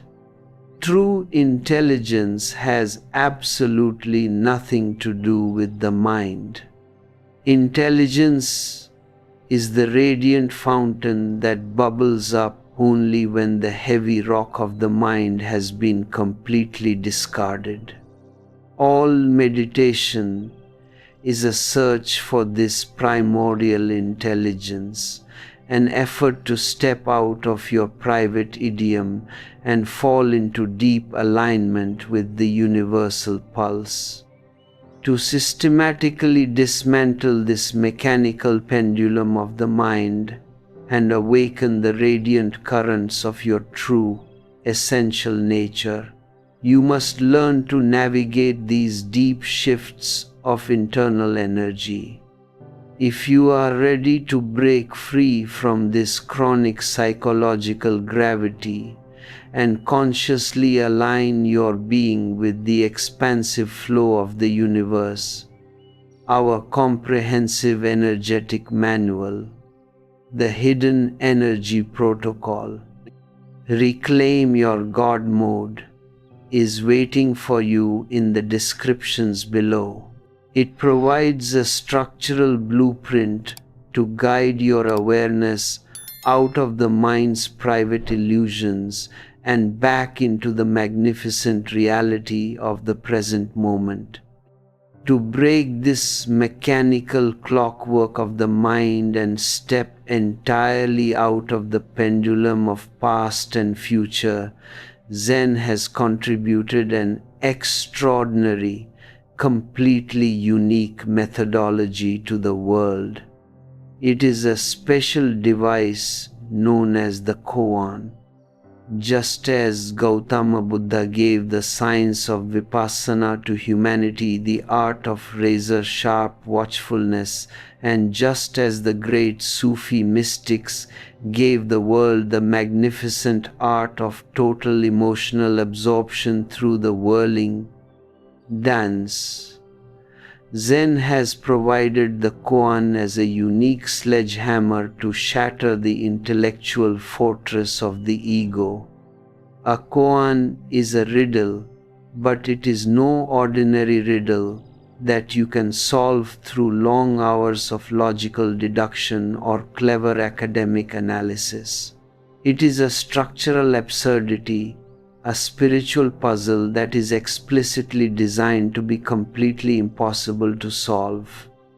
It is formulated in such a specific way that your logical mind is prohibited from finding a single exit, forcing your intellect to run headlong into a massive, unyielding brick wall until it is completely exhausted and collapses into a state of absolute impotence. Think of the classic koan that a master hands to a young, eager disciple. Go into the forest and meditate deeply on the sound of one hand clapping. The moment your mind hears these words, it instantly goes to work, employing all its accumulated knowledge and expert logic to find an answer. But right from the very beginning, the possibility of a logical solution has been utterly rejected. To create the sound of a clap, you require at least two entities. Clapping is a phenomenon of friction, a collision of opposites, a conflict between two forces. One single hand cannot clap. It is a structural impossibility. Yet, because the disciple trusts the master implicitly, he takes the problem with absolute seriousness. He goes away, sits in silent isolation for hours, days, and months, looking at this absurd riddle from every conceivable angle, trying to force his intellect to yield a breakthrough. He listens to the wind rustling through the pine trees. He listens to the roaring of the mountain stream.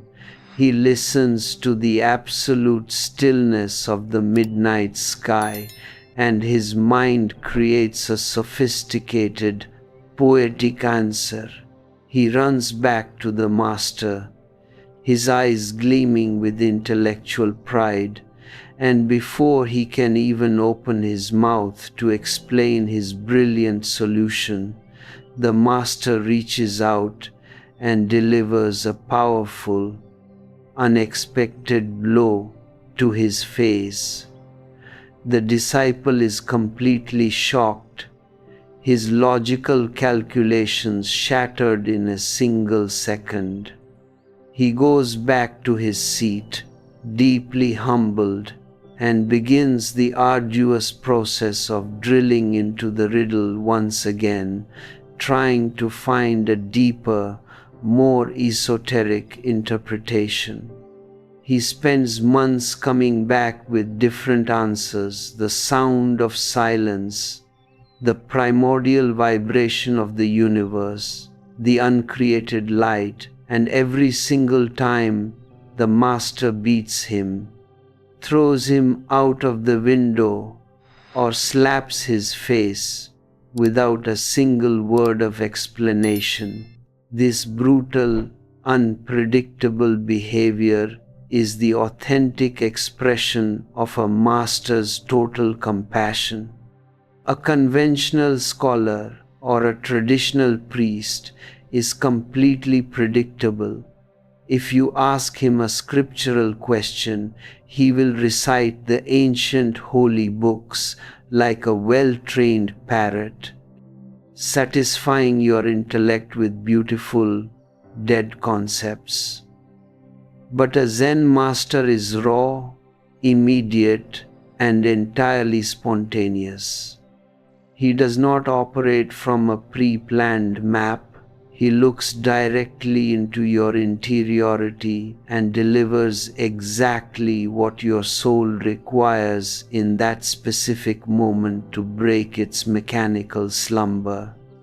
When the disciple comes forward with a calculated, clever answer, he is bringing nothing but the rubbish of his mind, a piece of dead knowledge projected from his past conditioning.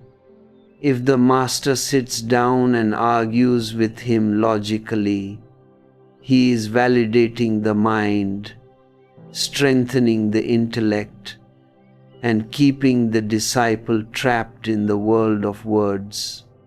The sudden, irrational blow is a cosmic electroshock designed to create an immediate interval, a complete gap in the mechanical flow of thoughts. When you are standing before a master in deep reverence, your mind operates with specific expectations. It expects a holy blessing, a comforting word, or a profound philosophical discourse. It is completely unprepared for a violent slap or a swift kick. And precisely because the blow is so entirely unexpected and illogical, the mind proves utterly impotent to cope with it. It cannot categorize the experience. It cannot explain it away through logic.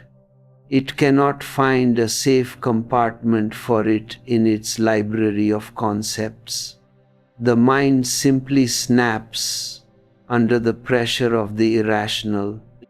It becomes completely paralyzed, and in that momentary paralysis, the heavy curtain of thought drops, revealing a magnificent, silent space of pure awareness. The disciple is thrust out of his logical attic and dropped directly into the fluid reality of the present moment.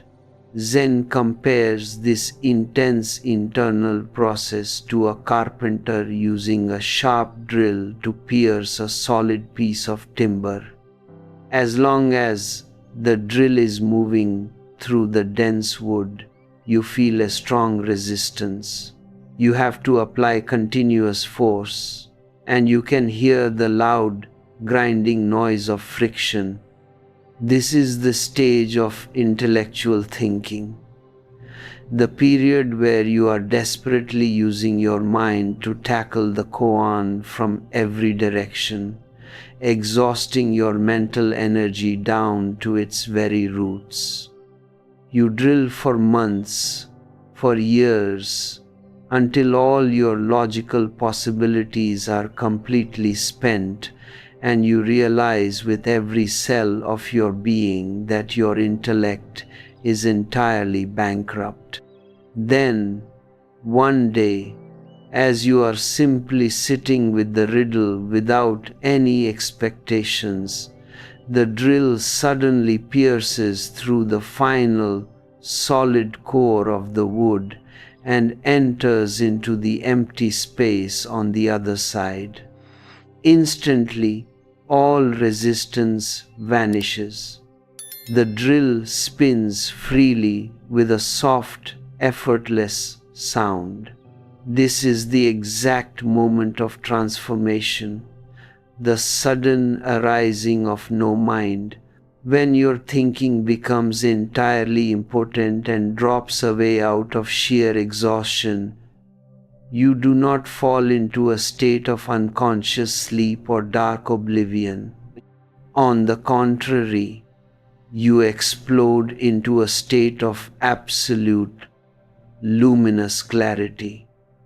In that silent gap, thinking is no longer there, but knowing happens. You do not possess an idea about truth. You directly see the truth in its absolute suchness. You realize that the koan was not a problem to be solved, but a deliberate dead end designed to exhaust the idiot mind so that your inner mirror could be completely uncovered. You cease to be a philosopher wrestling with words, and you become a seer who looks directly into the naked reality of existence without a single concept standing between your eyes and the divine. This has to be understood with absolute, razor-sharp clarity, because the mind is incredibly cunning, and when it senses that its survival is threatened by the fire of meditation, it will play its final, most sophisticated card of deception. As you drill deep into your interiority and approach the absolute edge of the mind's boundaries, the ego will begin to project magnificent spiritual experiences to allure you and distract you from the final leap. Suddenly, you might feel a tremendous awakening of energy along your spine. You might see dazzling, celestial lights illuminating your inner sky. You might experience the magnificent opening of the 1,000-petal lotus in your head, raining an unknown, intoxicating fragrance upon your soul.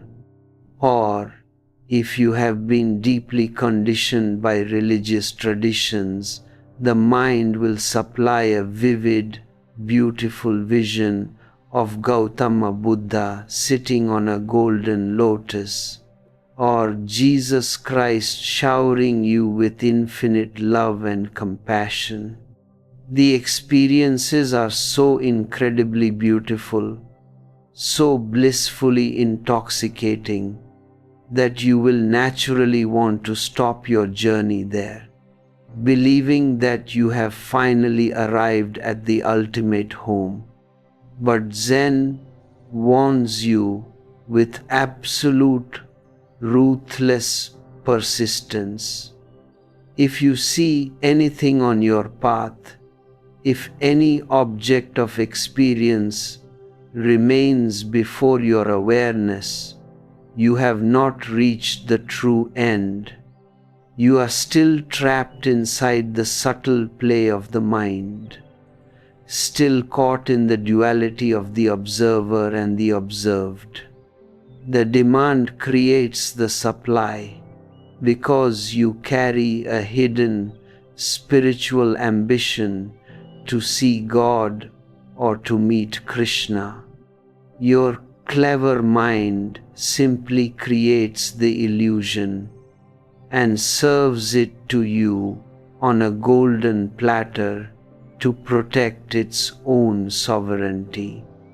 If you accept these visions as the ultimate reality, you have simply exchanged your worldly toys for spiritual toys. You are back in the prison of the ego, wrapped in beautiful celestial chains. This is precisely why the great Zen master Huineng made that fiery, radiant declaration: if you meet the Buddha on the road, kill him immediately. If you see the patriarch Bodhidharma on the path, destroy him without a single drop of mercy. These statements sound completely shocking and sacrilegious to the conventional religious mind, but they contain the very peak of spiritual compassion. Huineng is telling you not to allow even the most beautiful, most divine form to fascinate your awareness and block your path into the infinite. You must go on drilling past the lights, past the lotuses, past the gods and the Buddhas, until every single object has been completely dissolved into nothingness.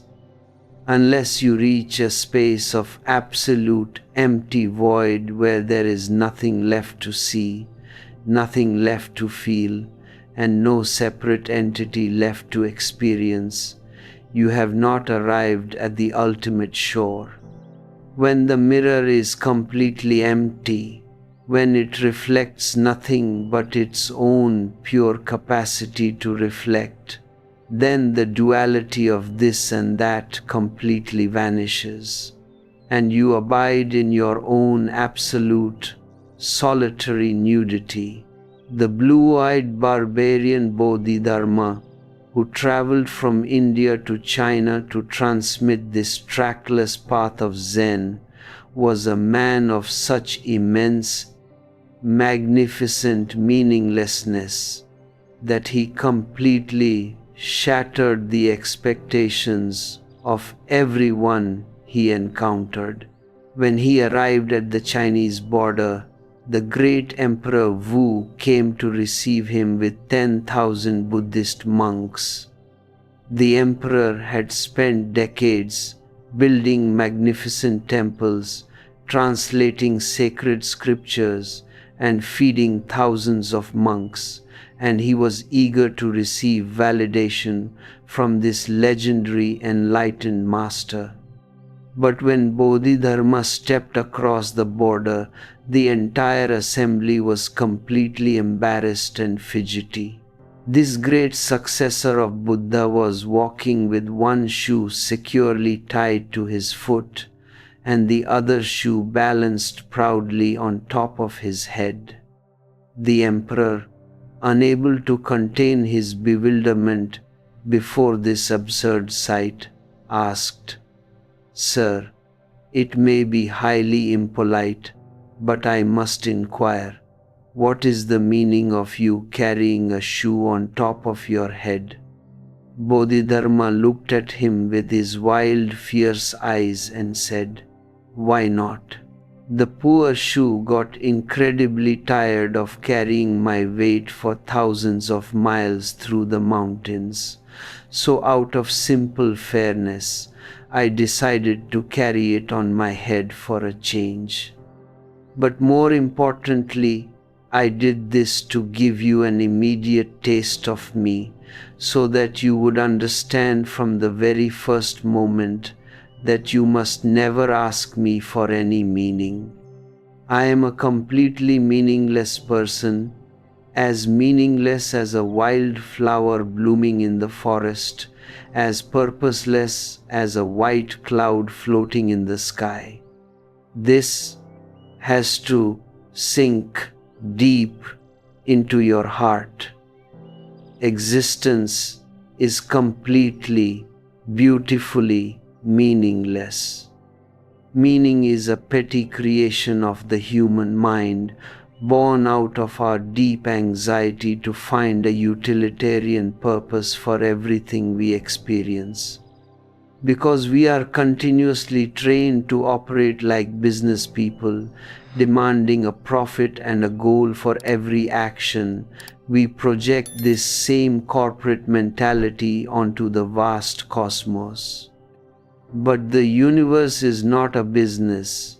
It is a grand, playful celebration, what the ancient sages called Leela. It is a cosmic joke, a spontaneous dance of energy that is not going anywhere, has no final destination, and is not trying to achieve a profit. When you continuously look for the meaning of life, you are bound to experience a deep, agonizing sense of meaninglessness, because the universe refuses to conform to your logical definitions.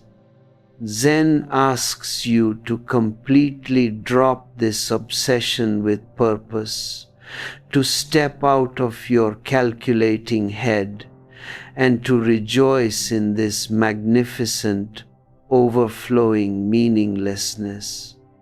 When you become truly empty of all mind games and philosophical pursuits, your life transforms into a state of absolute, beautiful ordinariness. You no longer strive to become a superman, a great saint, or a spiritual celebrity. You become so totally natural that you simply live the reality of each moment as it comes. You put on your clothes, you eat your daily food when you are hungry, you move your bowels, and when your body is tired, you lie down and take a rest. There is no longer any dread of death, no anxiety about future transmigrations, and no separate ego striving to achieve a synthetic state of holiness. You realize that you are already that which you have been desperately seeking across millions of lives, that your innermost nature is identical to the universal soul. You stand completely centered in the immediate presence of the today, completely free of the ghosts of yesterday and the illusions of tomorrow. To fully understand this natural, unhurried art of natural living and learn how to dismantle the deep structural blockages that keep your awareness bound to the mechanical attic of the mind, you must learn to navigate these subtle currents of inner energy. For those who feel ready to step out of the valley of words and actively align their consciousness with this trackless vertical dimension of absolute freedom, our practical energetic blueprint, the hidden energy protocol, Reclaim Your God Mode, is available through the link in the descriptions below. It serves as an essential compass to guide your awareness past the final deceptions of the ego and anchor your being in its original divine suchness. Consider the magnificent symbol of the bamboo, which has always been loved and painted by the ancient Zen masters. Ryokan, one of the most beautiful mystics in the history of Japan, lived in a small, fragile hut surrounded by a wild bamboo grove, and he wrote countless poems singing the praises of this simple plant. He loved the bamboo because it is beautifully green all the year round. Whether it is the season of torrential rains, the scorching heat of summer, or the freezing winds of winter, the bamboo never loses its radiant, youthful greenness. It represents an unshakable, timeless freshness that refuses to accumulate the dead weight of the past. Secondly, the bamboo is deeply, powerfully grounded in the earth. Its roots go deep into the soil, anchoring its being firmly in the physical reality, while its trunk shoots impossibly high into the open sky, dancing gracefully with the wild winds without a single trace of fear. It possesses wings to touch the heavens, yet it remains intensely loyal to the earth that gave it birth. But the third and most significant quality of the bamboo, the characteristic that represents the very core of the Zen revolution, is that it is completely empty inside. It is a hollow cylinder of pure space. When the wind blows through the forest, it does not encounter a solid, resistant wall. It enters into the hollow chest of the bamboo, and because there is no ego there to block the current, the wind transforms the empty plant into a magnificent, beautiful flute, singing 1,001 celestial songs through its emptiness. This is exactly how a religious person ought to be: intensely alive, streaming with vital energy, deeply grounded in the natural reality of the body, yet completely empty of the ego inside a hollow bamboo through which the divine can sing its timeless melody. One day, a young, vigorous bamboo shoot began to break through the wooden floor inside Ryokan's small closet. Instead of cutting it down or trying to redirect its growth to save his property, Ryokan watched it with intense fascination and delight. Within a few weeks, the plant grew so tall that it began to hit against the thatched roof of the hut, unable to expand any further. Ryokan, seeing that the bamboo desperately needed more space to connect with the open sky, did not hesitate for a single moment. He took a small candle and began to work to remove the roof of his own house. He applied the flame to the dry thatch directly above the plant, intending to burn a small hole to let the bamboo through. But because the entire structure was old and dry, the fire caught extensively, spreading far beyond his original intention, and within minutes, the entire hut, along with the beautiful bamboo itself, was completely burned to the ground. When modern scholars like D.T. Suzuki read this story, they often describe it as a tragic, unfortunate accident, concluding that Ryokan was simply an eccentric, impractical poet who didn't know how to handle a candle. But they missed the entire esoteric meaning of the parable. A master like Ryokan operates from a state of total, absolute consciousness. In his life, there are no blind accidents. The extensive fire was explicitly meant to be. When you first come to a master, you come with your logical mind, and your initial steps into meditation are always structured within the framework of your egoistic thoughts. Your meditation is like that young bamboo shoot growing inside the fragile hut of your mind. To protect that growing awareness, the master must first begin to dismantle the rigid roof of your logical concepts. But as the fire of awareness grows more intense, it cannot remain confined to a small hole. It is bound to become extensive. It must completely consume the entire structure of your mind.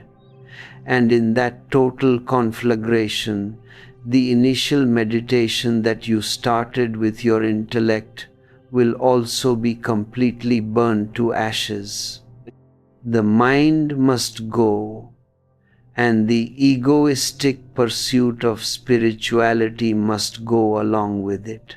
Only when the hut and the bamboo are both completely gone does a totally new, discontinuous reality manifest from the whole, a divine meditation that is not created by your effort, but arrives as a spontaneous gift from the universal source.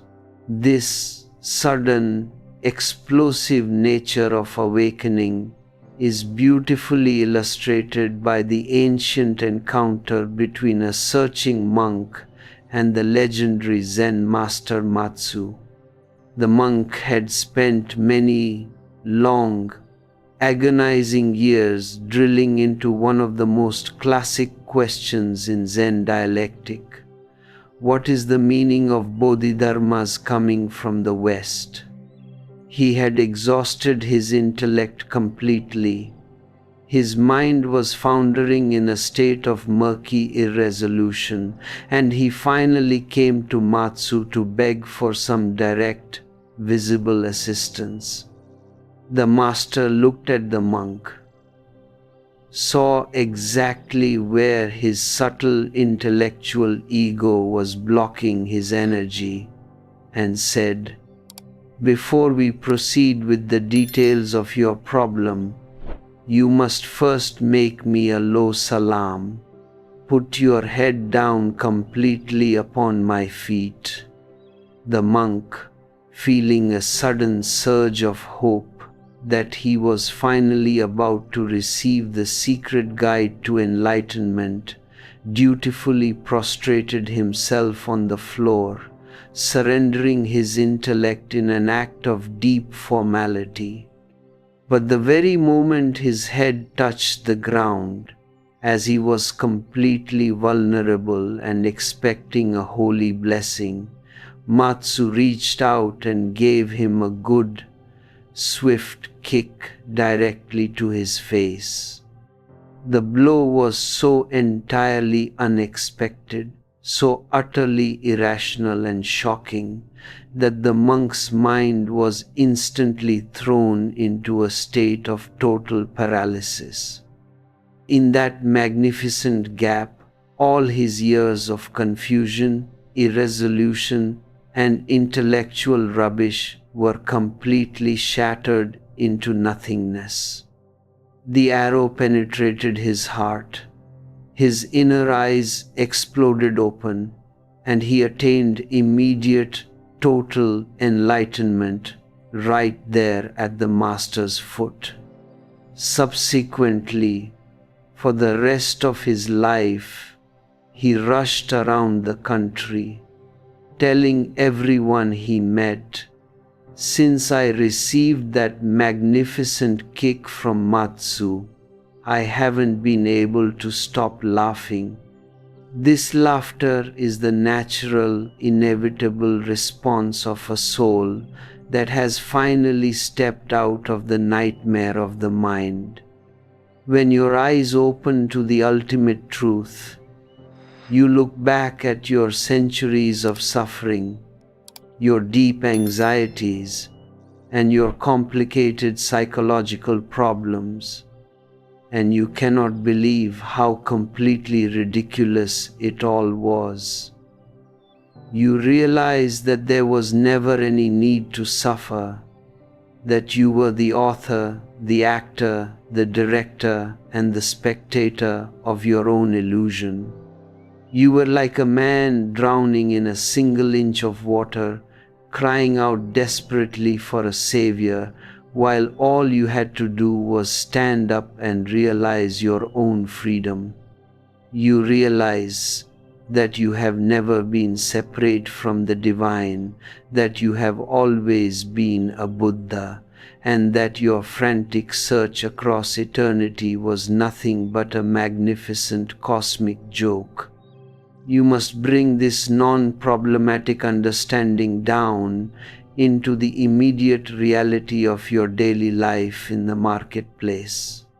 True meditation is not a passive escape from your worldly responsibilities, a comfortable retirement into a quiet cave where you spend 24 hours a day enjoying an artificial state of happiness. I am completely, utterly against all forms of escapism. If you drop your duties to your family, your children, and your aging parents to become a professional meditator. You are simply displaying your profound spiritual cowardice. One single hour of true, deep meditation out of your 24 hours is more than enough to illuminate your entire existence. The real test of your silence does not happen when you are sitting alone with closed eyes in a quiet room. The authentic test happens in the shop, in the office, and in the crowded marketplace.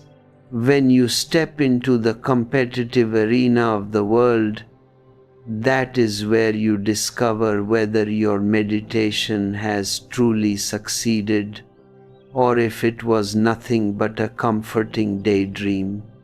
Are you still as violently greedy in your business as you were before? Can people still manage to push your internal buttons and trigger your anger as easily as they used to? Does your ego still assert itself in your relationships, demanding domination and control over those you claim to love? The marketplace is the ultimate examination room for your soul. 1 hour of silent drilling in the morning must transform into 23 hours of active, alert testing throughout the day. Only when your silence remains unshakable amidst the noise of the world, when your compassion flows smoothly in the face of aggression, and when your inner bamboo remains empty and hollow while you fulfill your worldly responsibilities with deep joy, have you truly arrived home. To understand this ultimate integration in the marketplace, you must look directly at the massive historical conflict that has been manufactured between the Eastern and Western hemispheres of human thought. For centuries, scholars have claimed that Eastern philosophy locates the absolute essence of man in the atemporal observer, in the passive, detached witness who sits silently outside the cycles of time. Concurrently, they argue that Western philosophy, particularly since the rise of modern technology, locates the chief dignity of man in his ability to control the world, to execute actions, and to violently reshape nature through the power of the will. In recent times, psychological systems like psychosynthesis, founded by Roberto Assagioli, have attempted to artificially marry these two traditions by simultaneously positing both a passive witness and an active willer within the same human being. People ask whether these mixed psychological marriages can ever truly work, and I answer you with absolute candor. Yes, they work, but they produce nothing but philosophical bastards. No marriage of concepts can ever be of any authentic assistance to your spiritual growth, because a marriage accepts and respects the existence of a fundamental duality. In any marriage, the two remain separate entities, and deep down beneath the surface, the subtle conflict for domination continuously persists. The husband wants to rule the wife employs her own hidden methods to possess the husband, and the old ego game continues under a new name. If you attempt to arrange a psychological marriage between the introversion of the East and the extroversion of the West, you will achieve nothing but a superficial arrangement. The East and the West are inherently ugly words that have lived far too long in the human vocabulary, creating immense political mischief and psychological fragmentation. The earth is a singular, undivided sphere. There is no physical line drawn across the planet that separates the Orient from the Occident. The division exists entirely within the prejudiced mind of man. I am never in favor of any synthesis, because a synthesis assumes that things were originally separate and must now be patched together like a piece of broken glass. Man must become mature enough to see through the utter falsity of all human divisions, whether they are geographical, political, or religious. Human consciousness is a magnificent, undivided unity. In the Western world, there have been mystics who are as deeply Eastern as any Buddha who ever walked the banks of the Ganges. Men like Meister Eckhart, Jacob Boehme, Plotinus, Pythagoras, and Heraclitus. They did not look at the world through the lens of aggressive control. They dissolved into the timeless witness.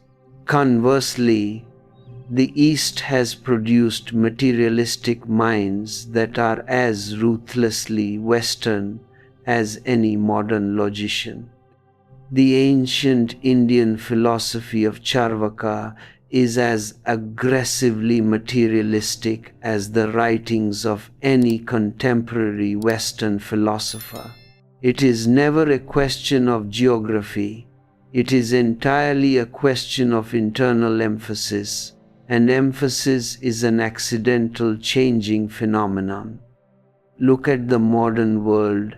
The East is rushing headlong toward the West, desperate to master technology, to build factories, and to acquire the physical skills of extroverted manipulation. At the same time, the West is arriving in the East by the thousands, desperate to learn the art of meditation, to sit in silence, and to discover the secrets of the inner sky. The human inquiry is identical across the entire planet.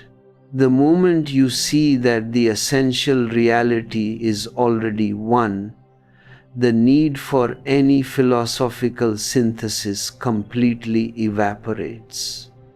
This internal map operates exactly like the biological bisexuality of the human body. Every man carries a hidden woman within his heart, and every woman carries a masculine energy within her psyche. You are not a fixed, singular gender. You are a fluid movement of opposite forces, where the emphasis shifts from moment to moment. In the morning, after a long night of rest where you have been dissolved in the deep, non-violent ocean of your unconscious, your feminine energy is naturally dominant. You are soft, your juice is flowing, and your heart is open to compassion. This is why beggars traditionally come to your door in the morning. They know that it is incredibly difficult for a human being to say no when they have just emerged from the arms of the divine sleep. By the evening, however, after you have spent the day fighting in the competitive marketplace, dealing with cunning politicians and deceptive characters, your energy freezes into a hard defensive rock. Your masculine side becomes dominant, and you become aggressive, calculated, and closed. The night restores your sanity through the absolute freedom of dreaming. If a man is completely prevented from dreaming for even 3 weeks, he will cross the threshold into absolute insanity. The physical body requires sleep, but the soul requires the ultimate freedom of the dream world, where you can fly in the sky, touch the moon, and live out your hidden longings without a single social limitation or moral taboo. Because dreaming breaks the chains of your daily slavery, you emerge in the morning with a trace of pristine grace. This is the immense significance of the morning meditation. It allows you to capture that fluid, unpolished quality of your being before you transform into a calculating politician for the rest of the day. To map this movement of your awareness, you must understand the radical difference between philosophy, psychology, and religion. Your consciousness has two primary directions available to it. It can move outward toward the object, or it can move inward toward the subject. When your consciousness moves outward, focusing entirely on the other, the observed, the thou, philosophy is erected. Philosophy is an extraverted thinking about objects. It is a sophisticated manipulation of concepts from the outside. Gautama Buddha used the word dhatu to describe this external world of objects. When your consciousness reverses its direction and moves inward, forgetting the world of objects and focusing entirely on the interiority of the observer, the chitta, real psychology is born. But you must be extraordinarily careful here, because what the modern Western world calls psychology, the systems founded by Sigmund Freud, Carl Gustav Jung, and Alfred Adler, is not psychology at all, in the authentic sense of the Buddhas. Modern psychology is an incredibly immature, childish phenomenon that is barely a century old. It approaches the human mind using the exact same objective, extroverted methods of philosophy and science. It stands outside the mind, observing human behavior, watching how rats move through a maze, analyzing dreams, and dissecting thoughts as if they were physical specimens.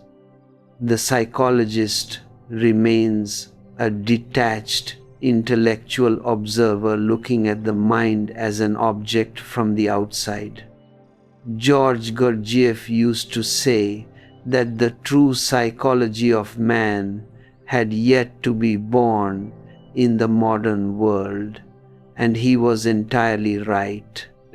The authentic psychology is the ancient science of the Buddhas, of Patanjali, Lao Tzu, and Huineng.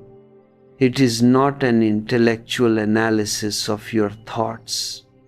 It is the experiential art of closing your eyes, diving deep beneath the liquid layers of your unconscious, and systematically dropping every single piece of mental content until your consciousness stands entirely empty.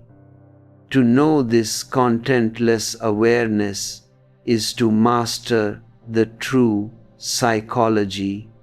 Religion, then, is the ultimate transcendence of both philosophy and psychology. Philosophy is going out, psychology is going in. Religion is the total disappearance of all going.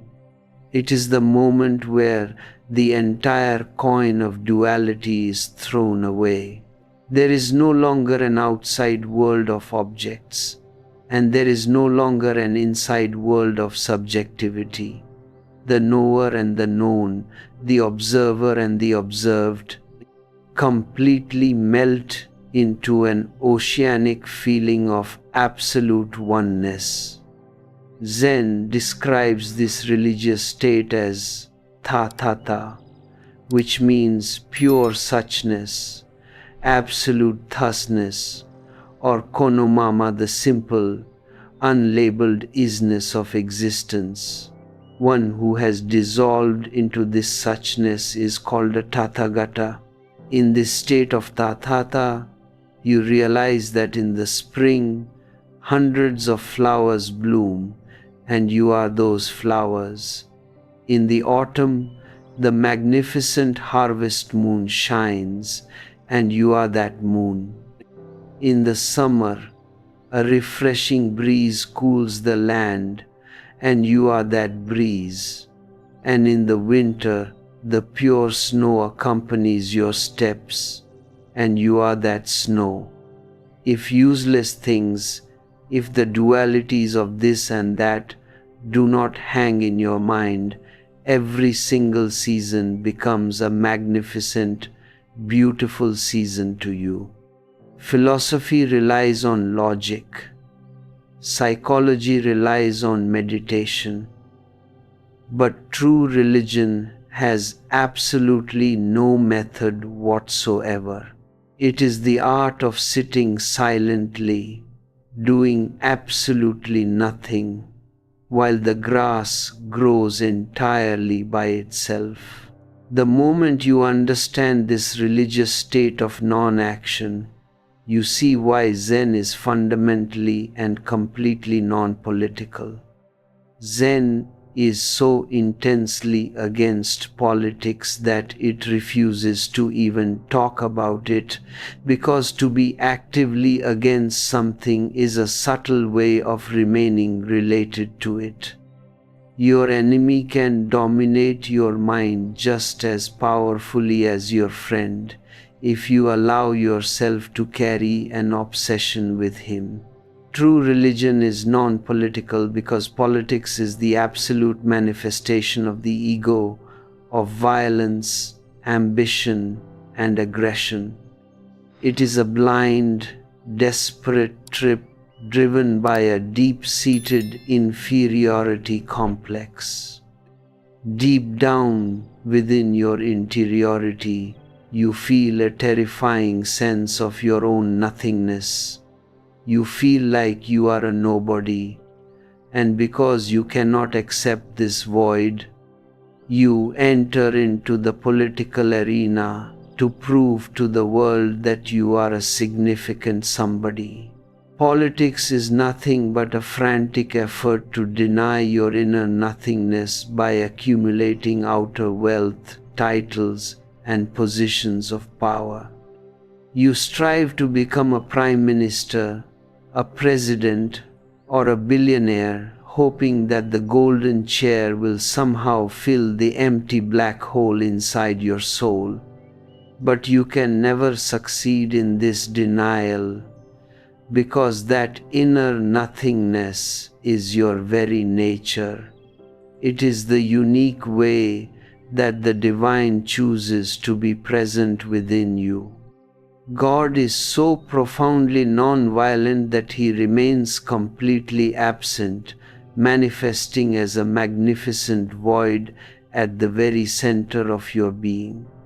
The politician treats this void as a disease to be cured through domination, while the religious man treats it as a celebration, a holy sanctuary where he can drop his masks and dance in absolute freedom. Nothing fails like worldly success. A man who fails in his political ambitions can always go on living in hope fantasizing that he will win the next election or secure the next fortune. But the man who reaches the absolute peak of success is suddenly struck by a deep, agonizing despair, because he realizes that despite sitting on the highest throne in the world, he remains the exact same miserable, empty person. Remember the sad, hollow eyes of President Coolidge when he refused to stand for a second term, declaring to his followers that he had come to realize there was absolutely nothing in it. A chair cannot alter your consciousness. Whether you sit on a golden throne or a wooden stool, your internal misery remains untouched. The ego is the ultimate politician, and unless it is completely thrown into the fire of meditation, you will continue to act politically in all your human relationships, seeking to dominate your spouse, exploit your friends, and control your children. Even your so-called saints are deeply political. They compete with other saints to prove who is the holiest, who is practicing the greatest austerities, and who will occupy the highest mansion in heaven. A truly religious person has dropped the competitive mind completely, choosing the non-violent, non-exclusive joy of meditation, where your individual gain never requires someone else to become a loser. Look at how this competitive, political mind continuously sneaks into modern spiritual movements. There are contemporary teachers like Oscar Icazo who reckon that our entire culture is currently undergoing a collective awakening, claiming that humanity is stepping out of the individual trip and entering into a utopian vision of a singular global family. This is how fascism and political manipulation inevitably enter into the beautiful realm of religion. It is the exact same dangerous philosophy that Friedrich Nietzsche propounded when he spoke of the collective evolution of the superhuman, which directly laid the foundations for the horrors of Adolf Hitler. It is the same political error that Sri Aurobindo made in India, attempting to treat spiritual transformation as a collective, social engineering project. I must warn you with absolute intensity, never allow yourself to become a victim of the collective mind. Religion is an utterly individual phenomenon, and it will always remain so. Consciousness only happens within the individual soul. The collective is always lower, more regressive, and more animalistic than the individual. Think of a wild, violent mob that rushes down the street to burn a temple or a mosque. If you isolate any single individual from that crowd and look into his eyes, he will admit that he had no personal desire to commit such an ugly, inhuman crime. But within the collective mob, his individual responsibility was completely erased, and he allowed himself to sink into the base, primitive energy of the crowd. The collective is animal, the individual is human, and the universal is divine. When you enter into deep meditation, you do not merge with the social collective. You transcend your individuality to dissolve into the universal. Politicians are obsessed with changing the collective structures of society because that is the path to personal power. But society as a collective entity has never been transformed. It remains the exact same rotten, mechanical loop century after century. The only way to truly elevate the planet is to transform the individual. If out of a gathering of seekers, a few hundred individuals undergo a radical internal mutation and become Buddhas, their silent presence will naturally pour a higher quality of awareness into the world. A singular drop of pure water transforms the quality of the entire ocean. Teachers who focus on direct social engineering and collective manipulation are technicians of the mind, not masters of the spirit. They gather methods from Gurdjieff, from the Sufis, and from the traditions, turning their spiritual movements into rigid, authoritarian structures like the Arika school. The moment a spiritual movement becomes organized, it transforms into a political party. They begin to issue formal expulsions to members who dare to read other books or listen to other masters, creating rigid psychological walls around their followers out of a deep political fear of losing their flock. A true master has absolutely no fear of you wandering away, because his love is unconditional and his trust in your freedom is absolute. He does not want you to become dependent on his authority. His entire effort is to make you fiercely independent, to force you to stand on your own 2 feet as a master in your own right. Zen masters are famously rough precisely to break your tendency to cling. They will slap you, shout at you, and close the door in your face to force you back into your own absolute aloneness. There was a young disciple who was thrown out of a high window into a mud ditch by Hui Neng, who then stood at the window and laughed at his fall. The disciple left in deep anger, roaming the country for a year, until one day, sitting silently in a distant cave, his mind completely collapsed and he experienced his first true Satori. In that magnificent moment, he realized that the internal state of absolute vulnerability he had reached was identical to the shock he felt when he was flying out that window. He rushed back to Hui Neng, fell at his feet, and wept tears of profound gratitude, realizing that the master's roughness was the ultimate expression of cosmic compassion, designed to shatter his dependency and awaken his sleeping soul.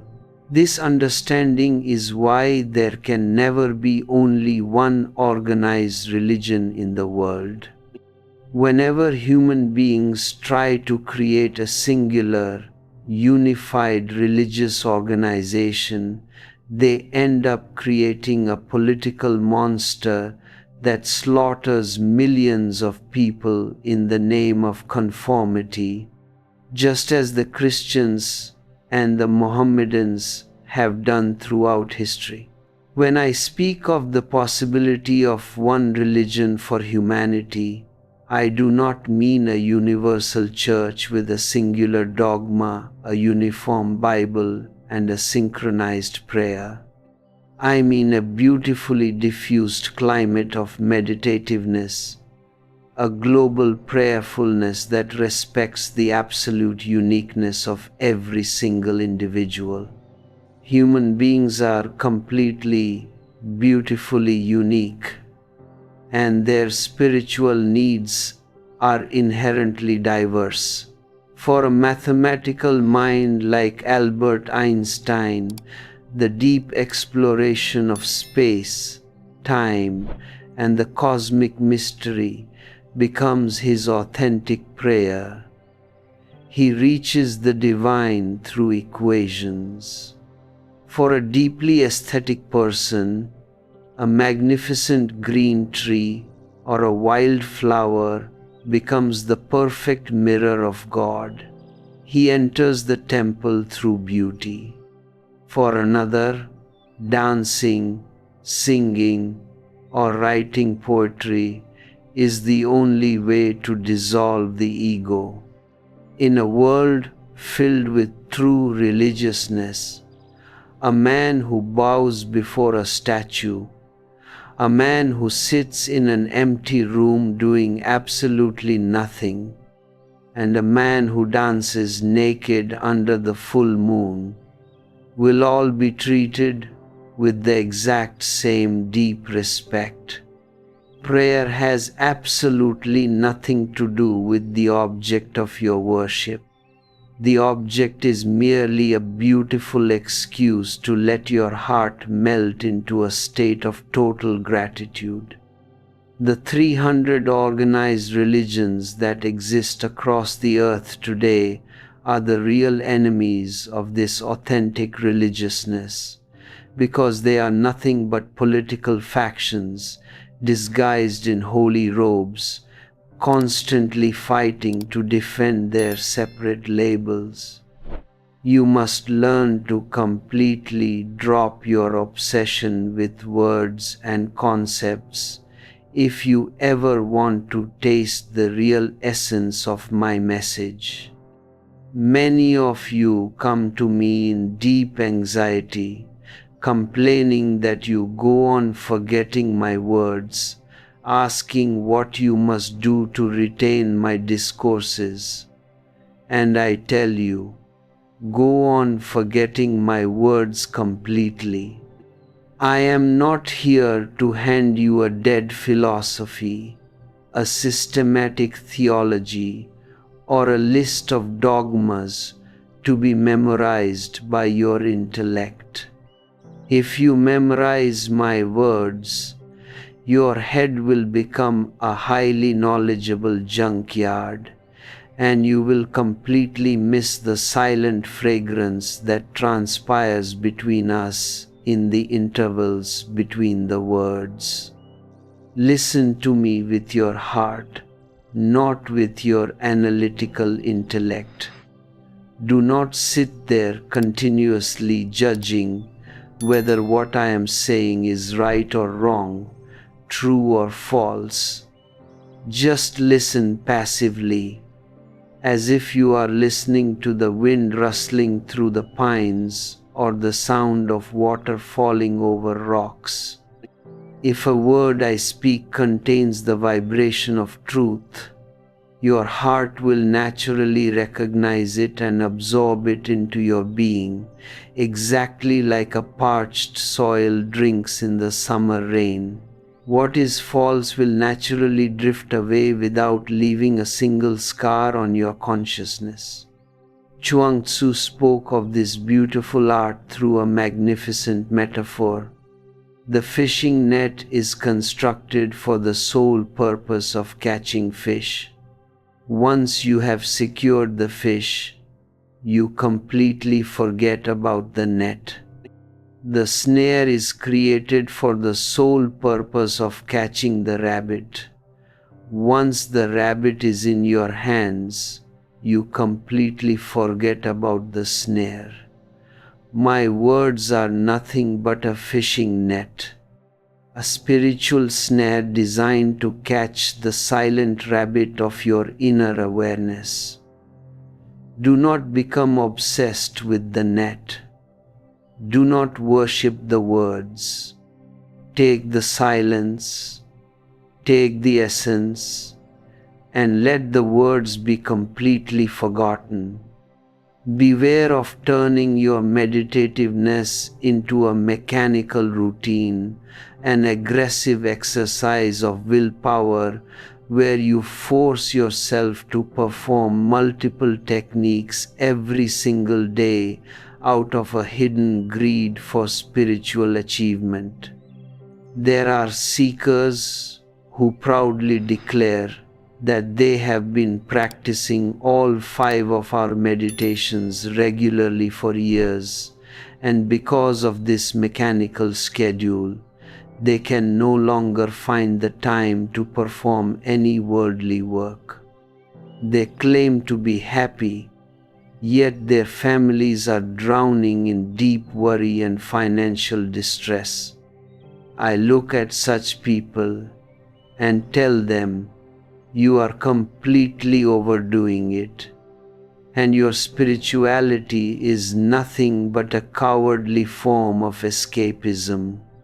One single hour of deep, authentic meditation is more than enough to illuminate the remaining 23 hours of your day. If your meditation requires you to abandon your responsibilities to your spouse, your children, and your aging parents, you are using spirituality as a beautiful mask to hide your inability to face reality. God has placed you within a specific web of human relationships. Fulfill those duties with absolute love, grace, and joy. The marketplace is the ultimate examination room for your soul.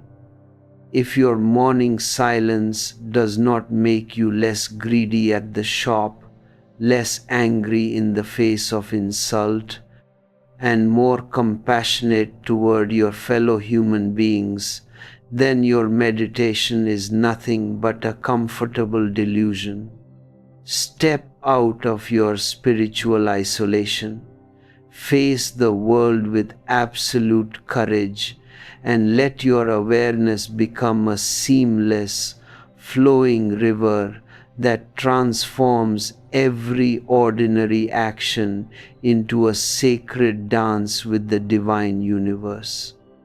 To fully anchor this unclouded awareness amidst the chaos of the marketplace and master the practical technology of breaking past the ego's final defense mechanisms, you must learn to consciously manage these subtle transformations of your inner reality. For those who are ready to dismantle their psychological boundaries and step into this vertical dimension of absolute freedom, our comprehensive manual, the Hidden Energy Protocol, Reclaim Your God Mode, is accessible within the descriptions below, serving as a structural guide to help you drop your illusions and embody your true divine essence. Zen is not a philosophy to be discussed, a theology to be analyzed, or a moral code to be enforced through effort. Zen is a total, radical mutation of your entire being. It is the absolute death of your past, your names, your biographies, and your masks, and the magnificent resurrection of your primal, contentless consciousness. Die completely to everything you have gathered from this sick, fragmented society. Step off the cliff of your logical mind into the infinite emptiness of the present moment, and allow yourself to be born anew as a living manifestation of the universal soul. When you walk from this day forward with your eyes completely open to this cosmic reality, your life becomes a continuous, beautiful prayer that needs no words and requires no temples. You realize that the ultimate truth is not a distant goal to be achieved at the end of a long, painful pilgrimage, but a present presence that is constantly staring you in the face. Every ordinary moment transforms into an extraordinary celebration. Every simple conversation becomes a sacred communication of souls, and every breath you take becomes an ecstatic alignment with the universal pulse. You are no longer a separate, fragile wave fighting against the current of existence. You have completely dissolved into the infinite, roaring ocean of pure being, resting eternally in the absolute peace, the boundless joy, and the immaculate suchness of the divine whole. Go on, step off the edge of your mind, and let your true, eternal nature bloom in its full, magnificent glory. This is the ultimate precipice, my beloved friends. When you stand on that edge of absolute emptiness, having dropped the civil war of your head, your heart, and your desires, the mind will make one last, desperate attempt to survive. It will whisper to you in the dark, "Now that you have become empty, what is the next step? Where is the destination? What is the utility of this silence?" Understand the cunning nature of this final trap. The mind cannot live without a future goal. It always demands a tomorrow, a project, a destination to reach. But Zen says there is no destination whatsoever. This very moment, this immediate room, this silent breathing of your body, this is it. You have already arrived. You are not a traveler on a long highway. You are the highway itself. The ancient sages of the East captured this absolute, unhurried truth in one of the most magnificent mantras ever gifted to human consciousness. Gate, gate, paragate, parasamgate, bodhiswaha. Do you know what these luminous words mean? They mean go, go, go beyond, go completely beyond to the ultimate shore of awakening. But this going is not a physical movement from one geographic location to another. It is a vertical falling upward into your own interiority. It means going beyond the mechanical definitions of your intellect, going beyond the emotional clouds of your heart, and going completely beyond the heavy biological programming of your physical body. It is a radical, total departure from delusion to absolute enlightenment. Therefore, I tell you, go on, beat it. Step out of the crowded prison of your borrowed knowledge and enter into the majestic kingdom of your original face. Zen is not a cold, frozen philosophy to be studied and memorized by scholars in university attics. It is a fiery, living transformation to be gone through with your entire being. It is not an information pack, and it is not even a moral reformation. It is a total death to your past and a magnificent resurrection into the timeless present. You must gather the immense spiritual courage to die as a separate miserable seed so that you can be reborn as a vast flowering universe. Do not look back at your old problems. Do not carry the dead weight of your past guilt, and refuse to allow the mechanical clockwork of society to dictate your inner sky. Walk upon this earth as a sovereign emperor of your own awareness, laughing at the cosmic joke of your long search, and celebrating each ordinary moment as a sacred dance with the divine whole. To completely bridge this internal gap, master the practical technology of breaking past the mind's final defenses and consciously embody this trackless dimension of absolute freedom in your daily life. You can access our comprehensive energetic manual, the Hidden Energy Protocol, Reclaim Your God Mode, available in the descriptions below. Live beautifully, live intensely, and let your emptiness become the ultimate flute through which the divine sings its eternal melody.